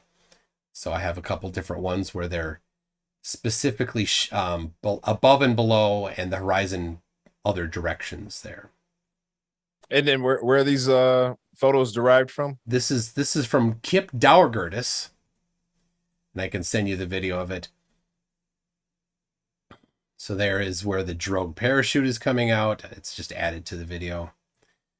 There you can see. So here you see this is on purpose. I chose this so that you can see is below the center frame. It's just a little bit towards the corner. You can still see the curve of the Earth there.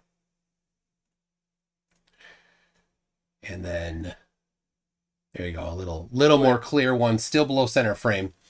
293,000 feet. Which I must say, my mind is still open to the ideal of the Earth being a round circle. And that being said, if you are looking at the edge of a circle, I mean, you are going to have an accent of a curve there. So I'm truly an open-minded person. I'm trying to look at this as if this were a globe, but I also is your back a little sore? No, not from moving those goalposts. I mean, I'm not. I'm just being completely honest with you. I'm being completely transparently honest with you. I'm having a hard time observing what you're sharing with me without thinking about the fact that it's still a circle that we're, right. From the model that I understand. Here's the problem. Yeah. Here's the problem with that. This was in California or New Mexico, I think, Southwest United States. So according to the dirt pizza that's behind you and that I got right here, if you're actually looking at the edge of the dirt pizza, well, you wouldn't just see water, right? So in this one, you see the United States, and then when it's going the other direction, you see water. You don't see the ice wall. You don't see, when you're looking across the United States, you don't see Africa when you're looking north, or Europe when you're looking north, right? Which you'd have to on your map that's on the wall behind you, or this one here, right? They're the same map. You just see like, the United States. You don't see the rest of it, which you would need to if the Earth were flat. The other thing is the amount of curve you see is the same in all directions. Where if it's just a disc, a dirt pizza floating through space, which is kind of what you're suggesting, then when you're looking one direction and you're close to the edge of the dirt pizza, you'd see more curve than when you're looking the other way towards the much farther away edge of the dirt pizza. But in here, the curve, the amount of curve you see is the same in all directions. Yeah, I would, and at 293,000 feet too. I'm combating my understanding of the 8 inches per mile squared mathematics. 8 inches per mile squared doesn't apply here. This isn't drop from horizontal. We're not looking at drop from horizontal. We're looking at the left to right curve. That's a completely different thing. Right. But it also gives you symmetry as well. You understand this, the symmetrical expected curve now. You see, that doesn't pair well at all in observation to that. See, there's a saying: if the only tool you have is a hammer, every problem looks like a nail. You only have one formula for the shape of the Earth that you know of, and that 8 inches per mile squared. So that particular part of the video, you're like, well, how do I apply 8 inches per mile squared to this? You don't. That's not the formula. I'm actually for that not what I'm saying observation. I'm not what I'm saying is, after I've learned that the curvature rate is 8 inches per mile squared, it gives me the curvature rate. It's the drop from horizontal rate. The drop from horizontal rate. Forgive me again. That is 8 inches per mile squared. It gives you a better perspective of what should be expected from the curvature of the Earth. And okay, and so for that flying, picture, then what would 8 inches per mile squared prediction be for the curvature of the Earth according to you for that photograph? A couple simple things that I do understand. The geometric horizon should be 3 miles to a 6-foot observer. That alone is is already that observer broken. wasn't 6 feet. That was 293,000 feet. I understand that, and this is my build to my explanation. Okay. Knowing that alone, living in Michigan, looking out on lakes, I'm 6 foot and I can see boats that are miles beyond 3 feet with cameras. That's very well possible. Okay, and but we're not talking about that. Now flying up if we're going straight up in the air in a drone, a balloon, whatever you want to say, at 293,000 miles in the air, I would expect more curve than that. I would expect more curve to be observed. More than front that. to back curve? Curve in general. I expect the horizon to drop completely differently than still looking. I think you're misunderstanding. This was flopping all around. Sure. So cool. there's no this is how much the horizon dropped. We don't know how much the horizon dropped because that camera wasn't on a gimbal so that we knew where level was. And I understand that much. And it flipped upside down, right? So how this? Where's the 8 inches per mile squared drop from this? We don't know. That's not applicable to this. Yeah, I can't envision this being a globe as the model. Right. So yeah, you move the goalposts. Yeah, that's all right. You're not the first. You're not the first. You won't be the last. Yeah, I mean, that might look realistic to you. It could look realistic to other people. That doesn't look realistic to me. And that's just my humble opinion. Yeah. So back to, FTFE is this guy's personal incredulity personified. All right. I got a couple things here. I have another thing at 8:30, which is just under an hour for me. Yeah. So we need to, I want to be sure I'm done by about 8. Absolutely. So, and I have some interaction from the audience, if you don't mind. Yeah, absolutely. Sure thing. Turing Test 2, which I love that. As a software engineer, I do appreciate Turing Test. It says, gotta love a flirt with a brief introduction. It wasn't brief, just by the way. Yeah, anyway, it was pretty wordy. PhD Tony says, so if your guest is humble and knows he's ignorant, why does he not do more shutting up and learning? I've learned quite a bit in my challenge with trying to figure this out. I have run into more skepticism than any proof of the globe. Period. There are more people that I come into contact with that are ready to defend the globe before they understand anything at all, which is, it's cool, I hope that you think I understand something. PhD Tony again says reciprocal zenith angles always add up to more than 180 degrees. That's impossible on flat Earth. Did you know that? You can measure that yourself. Measure what again? I'm sorry, I missed that one. Reciprocal zenith angles. Okay. That's a like flat Earth is a joke. Reciprocal zenith angles laugh on it, but flat Earthers generally don't know what reciprocal zenith angles even are. But go look into them. You'll find out that that is just makes flat Earth a complete impossibility. So. Nah. I don't see it as such. Many Karen says, please inform your guests that this channel is not about showing how smart I am, but how dumb certain people are. Now, Gean, you've done better than I tell you, the guy I had on Tuesday. Oh my goodness. Yeah. Dude. Stringfella Hawk says, man, if only the FCC was around, World War II could have been avoided. Yeah, they would have slapped a heavy fine on Germany. Like, I'm sorry, you're going to have to pay this fine before you can turn that radio transmitter on. Health and safety, occupational ratings. Nope. Yep, you're going to need to reduce that. Todd Burt says, margin of error for this navigation was generally a city. They're talking about the Kickenbein. Mm-hmm. Yes, the margin of error for navigation was a city. This was military grade in World War II. Yeah. So like Germany, they didn't target a factory. They targeted a city Yeah. where like the Allies were targeting factories. So I thought I read somewhere that the Germans were targeting a factory to start a fire, and then they gave the other bombers more direction where to bomb at well nighttime. that would help. But I Yeah. think this kick and bind, I'm sure I'm saying it wrong. Was Knickerbein. very, very broad in its targeting. That's an assumption. Oh no. You can read about it. They were pretty. I mean, they got the city, but that was about it. So, all right. Greenball says this guy isn't as dumb as other flat earthers. Hey, there's a compliment. He's just a contrarian who has his brain rotted by conspiracy nonsense. Do you even titty caca, bro? I mean, I welcome the conversation in all departments. I believe there is a conspiracy wrapped around it. And if I could have your ear for 1 minute, Tune, what do you believe about airplanes that fly 2,200 miles an hour? The responses I usually get talking to a globe believer that it's gravity, or the plane is being held in by the pressure gradient of the earth that hugs the earth. Yeah. At 2,200 miles an hour, we're looking at a curvature drop that's absolutely ridiculous. I mean, you're looking at a curvature rate of 1 degree every 69 miles.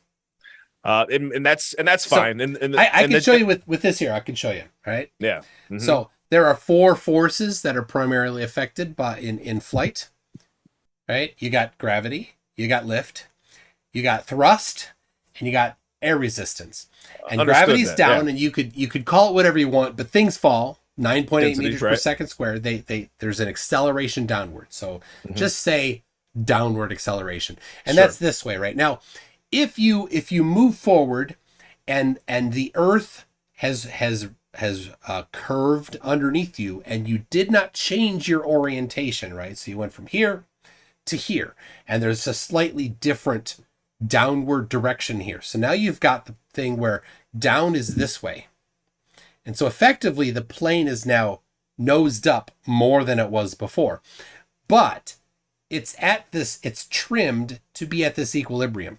So since the direction of down has now changed for that plane, it automatically, without any interaction from the pilot or the plane, all the forces will even out, because lift is one direction. Lift is now reduced because its angle is different.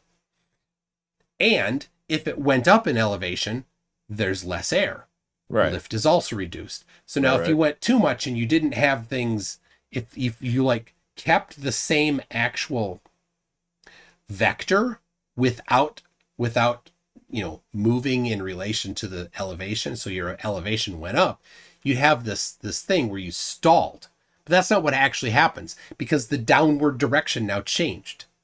So it's just automatic. The plane automatically changes because the downward vector changed. And that again,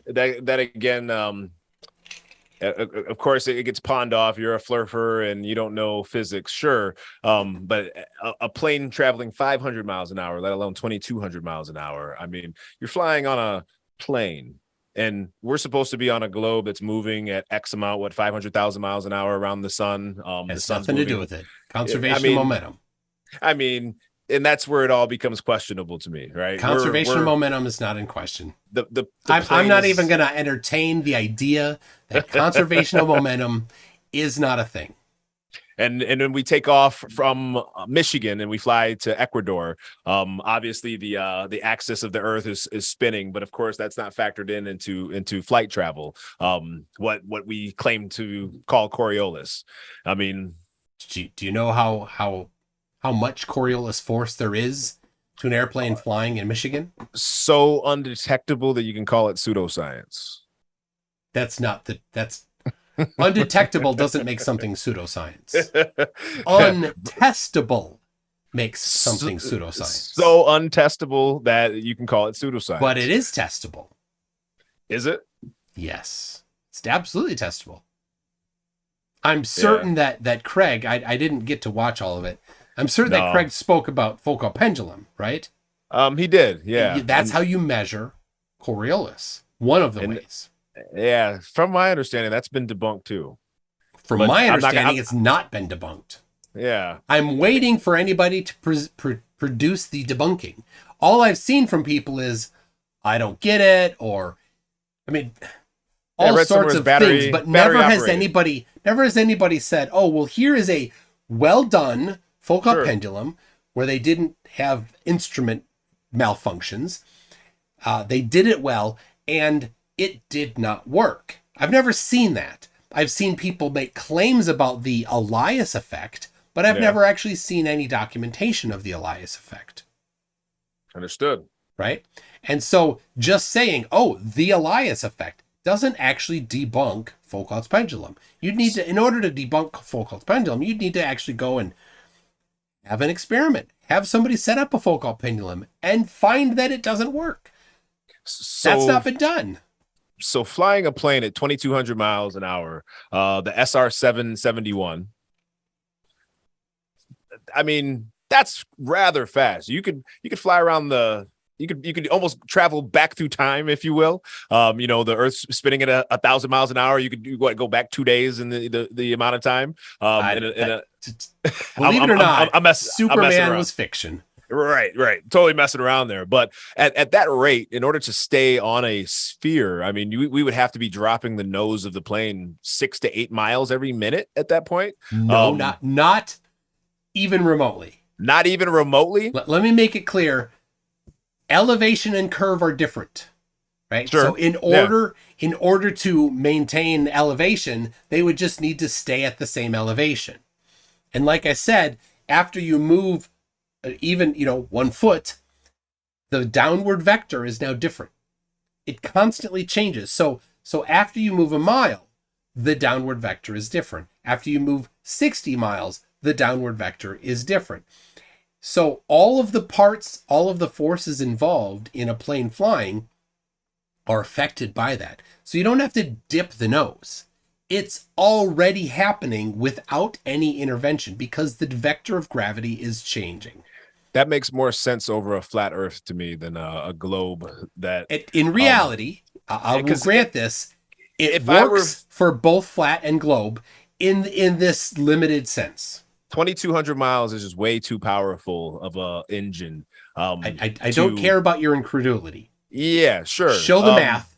Yeah. If you want to actually debunk something, you actually have to debunk something. You can't just say, I don't believe it, therefore it's fake. Yeah, it's ultimately like the plane at some point, it's either going to hit its maximum elevation, its maximum altitude, right?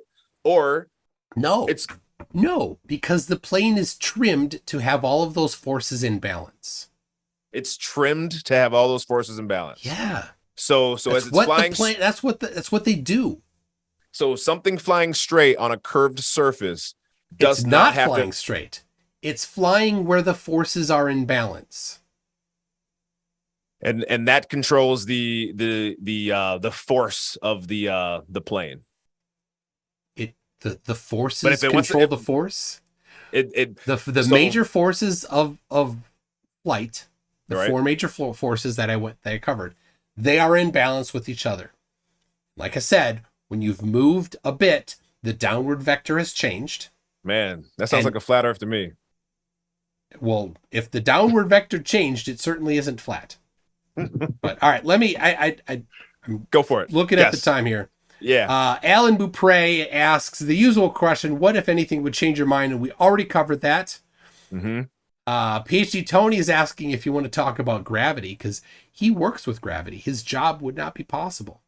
Would you want to talk with PhD Tony about gravity? Not tonight. But. I would love to talk with Tony about gravity. I personally don't recognize gravity as mass being attracted to mass. I think that, again, is a pseudoscience ideal of mass being attracted to mass. Well, pseudoscience is something that's not testable. It can be tested. Making it, by definition, science, not pseudoscience. Sure, right. And I completely understand that personal perspective of yours. But yeah, it's still I don't see it being recordable, testable, or provable in any dimension. I see buoyancy. I see the defiance of gravity all over the place. Static electricity can't beat the force of gravity. On hair that stands up on your head. There's I gotta move millions on. of gallons Move on. of water. All you're doing is repeating the Flurf memes. You don't need to do that. Sure, Right. right. NA says it's not a real argument. We're just here to have fun and have a chuckle at Flurfs. But all right, I didn't get. Could we set up something between you and PhD Tony? Sure. All right, I'll see about get that to happen. Al Margiu says he thinks the drop is the curve when it's not the hidden part. By the way, he said curve. He thinks the drop is the curve, and that's back to you keep saying the curvature rate is 8 inches per mile squared when it's the drop rate from horizontal. The drop rate from horizontal is 8 inches per mile squared. Right, which I have recognized as curvature drop. I've been using the terminology of that being curvature drop. Yeah, which I tried to clarify. So I'm not too proud to say that, yes, I could have been using the terminology wrong, but I think it's understood what I was talking about. So I did understand what you're talking about, but words mean things, and it's confusing when somebody else hears that, and when you say the curvature rate, and it's actually just a linear number. I completely understand. All right. Yep. I appreciate the correction. Dave Kircher says, thank Titicaca. It's their Tuesday. Normally this is on a Tuesday, and I don't know if you know this or not, but I call it Tuesday. Yeah. So Timbo Turtle says, can never listen to music. It's only a theory. Music theory? Right. Snackable Tomato, who we all know is Zoomy, says Snell's law, Coulomb's law, meh. I prefer Cole's law. Oh my gosh. The thing about Zoomy is that Zoomy's jokes are always going to be terrible. Zoomy prefers coleslaw. Cabbage. Sid Allman says this Flurf is so out of his depth. That's cool. Yep. Oh, geez. Brianna Johnson. Now, have you seen When I Was On with Sam? You should. Brianna has a crush on Sam. Brianna says, what about Sam's law of rocks, or is it a theory? Sam is from Africa, and the Zulus in Africa. He talked about the Zulus tying rocks to their stuff to make them bigger. That works, actually. And I'm like, did you need to do that? He's like, oh, no. Oh, I didn't need to do that. It's already big enough. Steve 6464, Gean, are there tacks on your chair? Maybe you cannot sit still because subconsciously you know that Toon is right. No, I don't. Yeah, that's it. Go with it. I don't. Go with it. Welcome. Open arms, man. Stringfellow Hawk says, Gean, I love math. Math. I think I want to keep this strictly platonic. What are you putting on? What are you? A golden Guy Fawkes mask. Oh my gosh. Seema says, ask him about the model behind him. All right, so most of the time I've had just you like zoomed in on you, but let me get it so that so they can see. All right, hold on. How's this look? What if I angle it? There you go. All right, that model, as you said, is Nicki Minaj. Nicki Minaj, yes, it is. All right, one of the Spice Girls, and no, not one of the Spice Girls. I'm thinking of a different judge on a TV show. What was her name?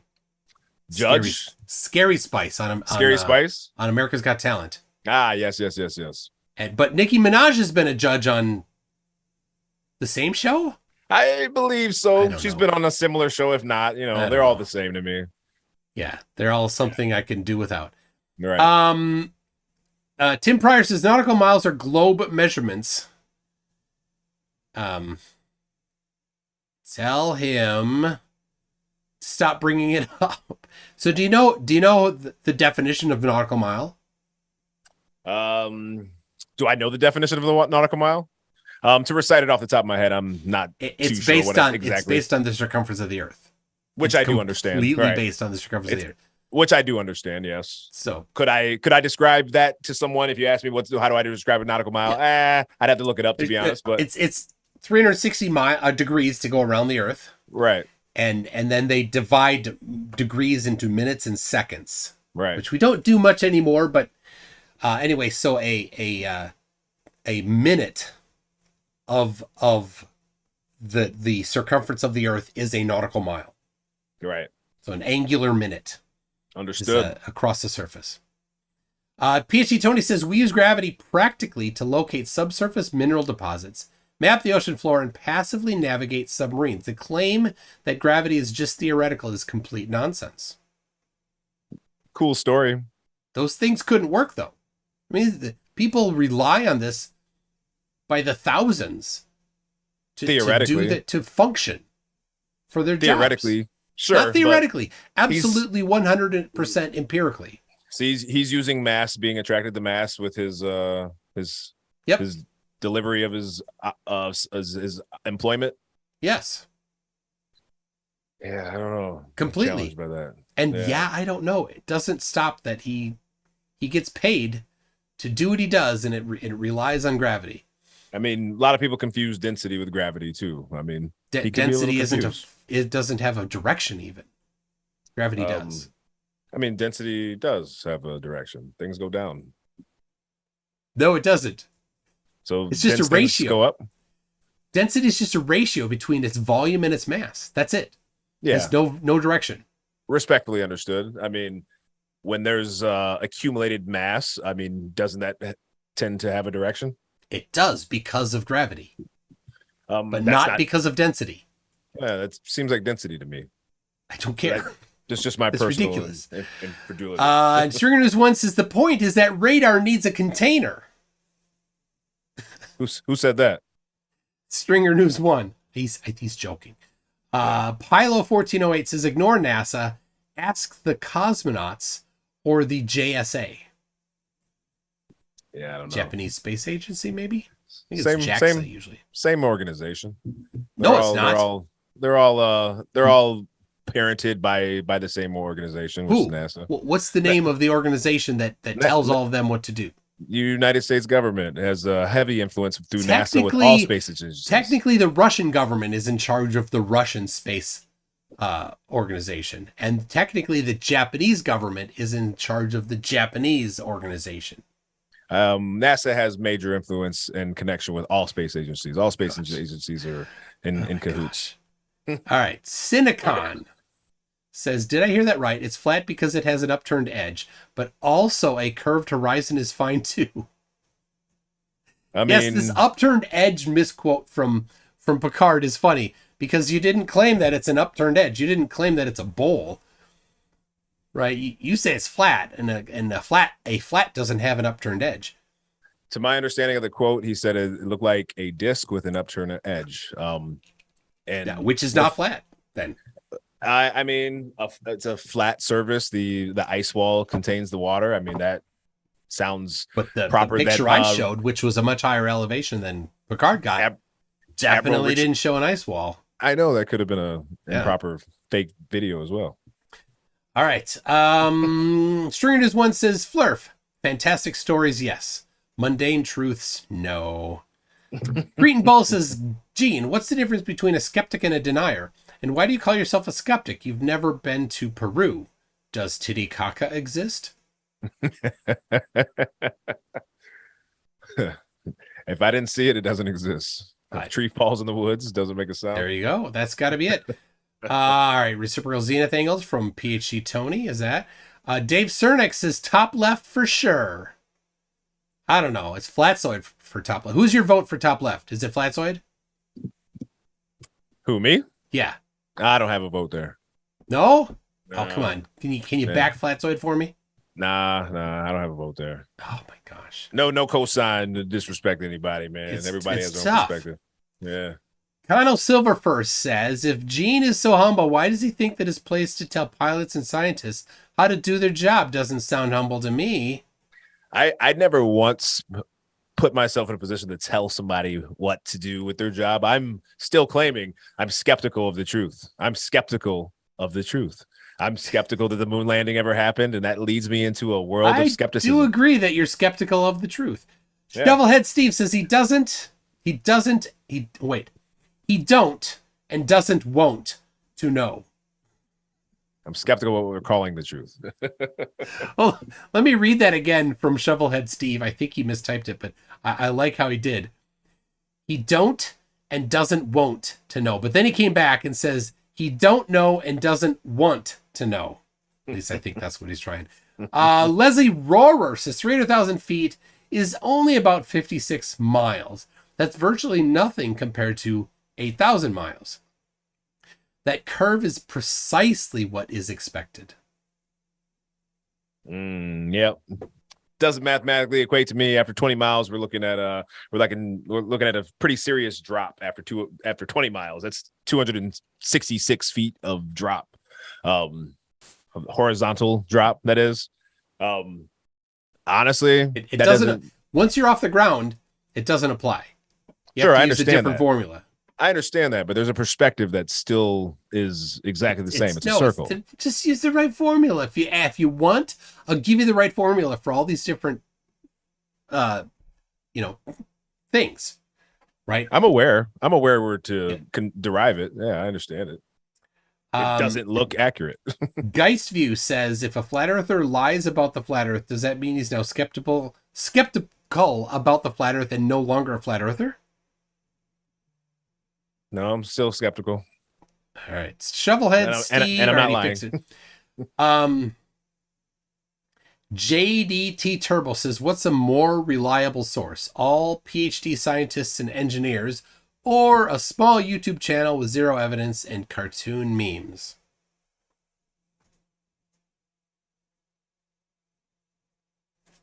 I think I'm going to go with evidence on that one. Lael says, Gean, you mentioned a flight from Michigan to Ecuador. That's approximately 3,080 miles. How long will it take a plane to travel that far going 2,200 miles per hour? I'm sorry. What was the question again? How long would it take? A flight from Michigan to Ecuador is 3,800 miles. How long would it take the plane to travel that far going 2,200 miles an hour? What would that be? Just under about an hour and a half. Sounds about right. Yeah, probably. I think a little less. Yeah. Yeah. All right. Mm-hmm. Baux1 says, give this guy a potty break. He's busting.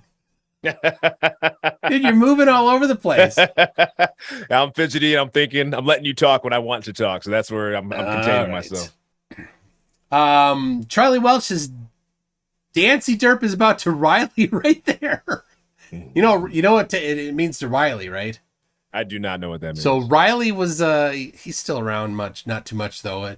He was a flat earther that a lot of people thought that on stream he streamed into a jar.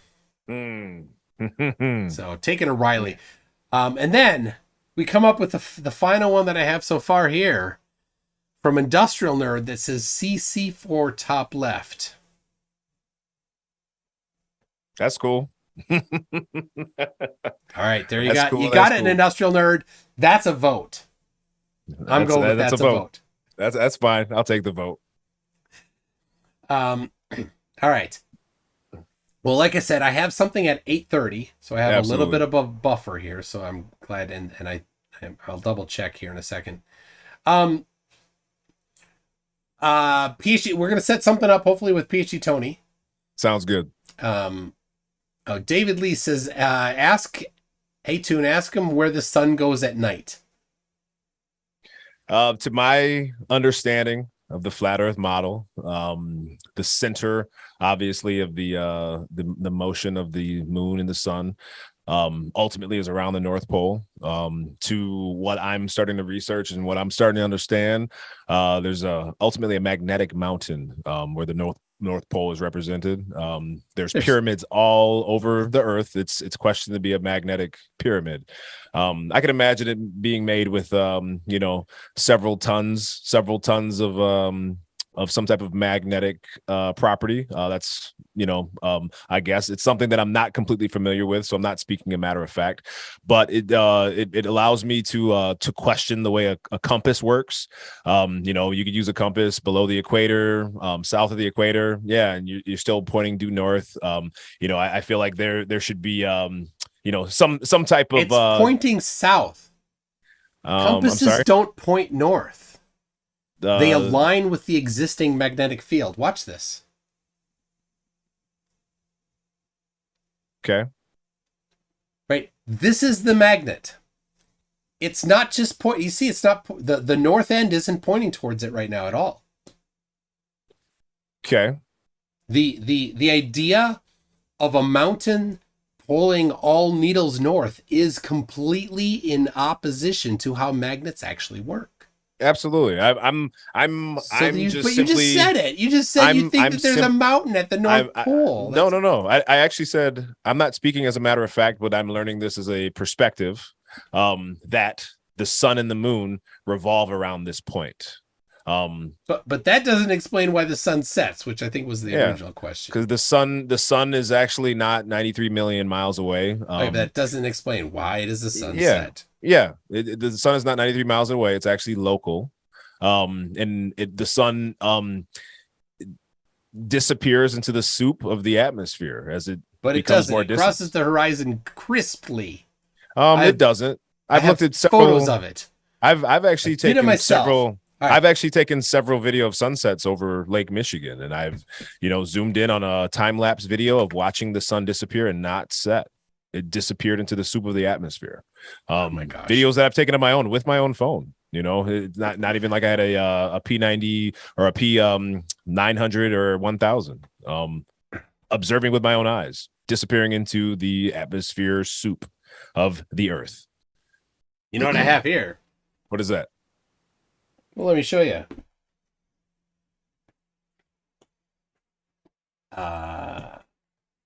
It is.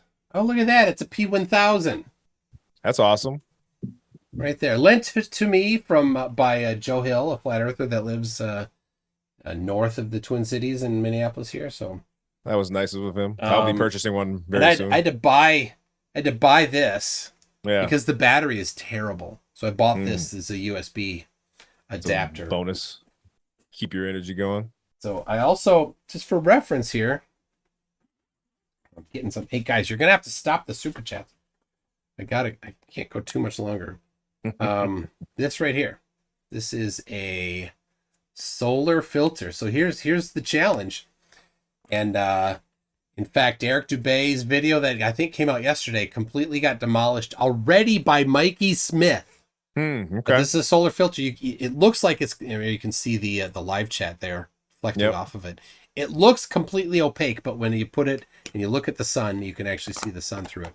An important thing to get there for the P1000. So, all right. This is important, though. This is important from DDR, the D Dr. Ninjet. I don't know. He says, denying the moon landing is increasingly insulting to the people who sacrifice their lives in service of the space program. Cool story, dude. Yeah. Nobody went to the moon. That's just didn't happen. See, that's just insulting to them. David Lee says, hey, oh no, I already got that. Peachy Tony says, again, why do solar storms take 3 days to reach Earth after the mass ejection is observed? If it's just a few miles, if it's local, as you said, why does it take 3 days? I don't have an answer to that. I haven't looked into solar storms at all. Another problem there. All right. I'm not gonna lie. Elia Baca for 5,000 clips says, Gean, drop can't be observed from rocket cameras since there's no reference, which would be perpendicular to vertical. To determine such drop, it tilts. There's no reference for it. Stop thinking curvature is drop. So that's a good point. So when you actually, the limitations for using 8 inches per mile squared is pretty significant. It's almost never used in any of these conversations. It's almost completely useless. There's maybe 2 times that it's actually been appropriately used by flat earthers. One of them is by Jaron. He applied it wrong, but it was the right formula. How could it be applied wrong when it's the surface of the Earth? Because it's not the surface. It's a drop from horizontal. So here's how it's actually used. If you have 2 objects and they're both the same elevation above the surface of the Earth, but they're in different, right? They're curved away from each other, right? They're vertical. I'm using a ridiculously small, not to scale Earth, but so let's put this one here as the one. We're just going to arbitrarily define this one as this is the top. There's no top to a sphere, but this is the horizontal right here, right? And so then this line right here, this is the drop from horizontal. But if you don't have anything here to look at, that's the same elevation as you don't know what it is that you're looking at. You only have air as your reference to look at. It doesn't help. Right? That's the point. All right. Why is 8 inches per mile squared on the side of a globe? Like, why would they print it on the side of the globe if it was They don't. proper? Yeah, they do. I'm actually looking at a picture of one right now. Show it. Let's look at my screen and let's see. Let me pull this up. Zoom, zoom, zoom, zoom, zoom, zoom, zoom.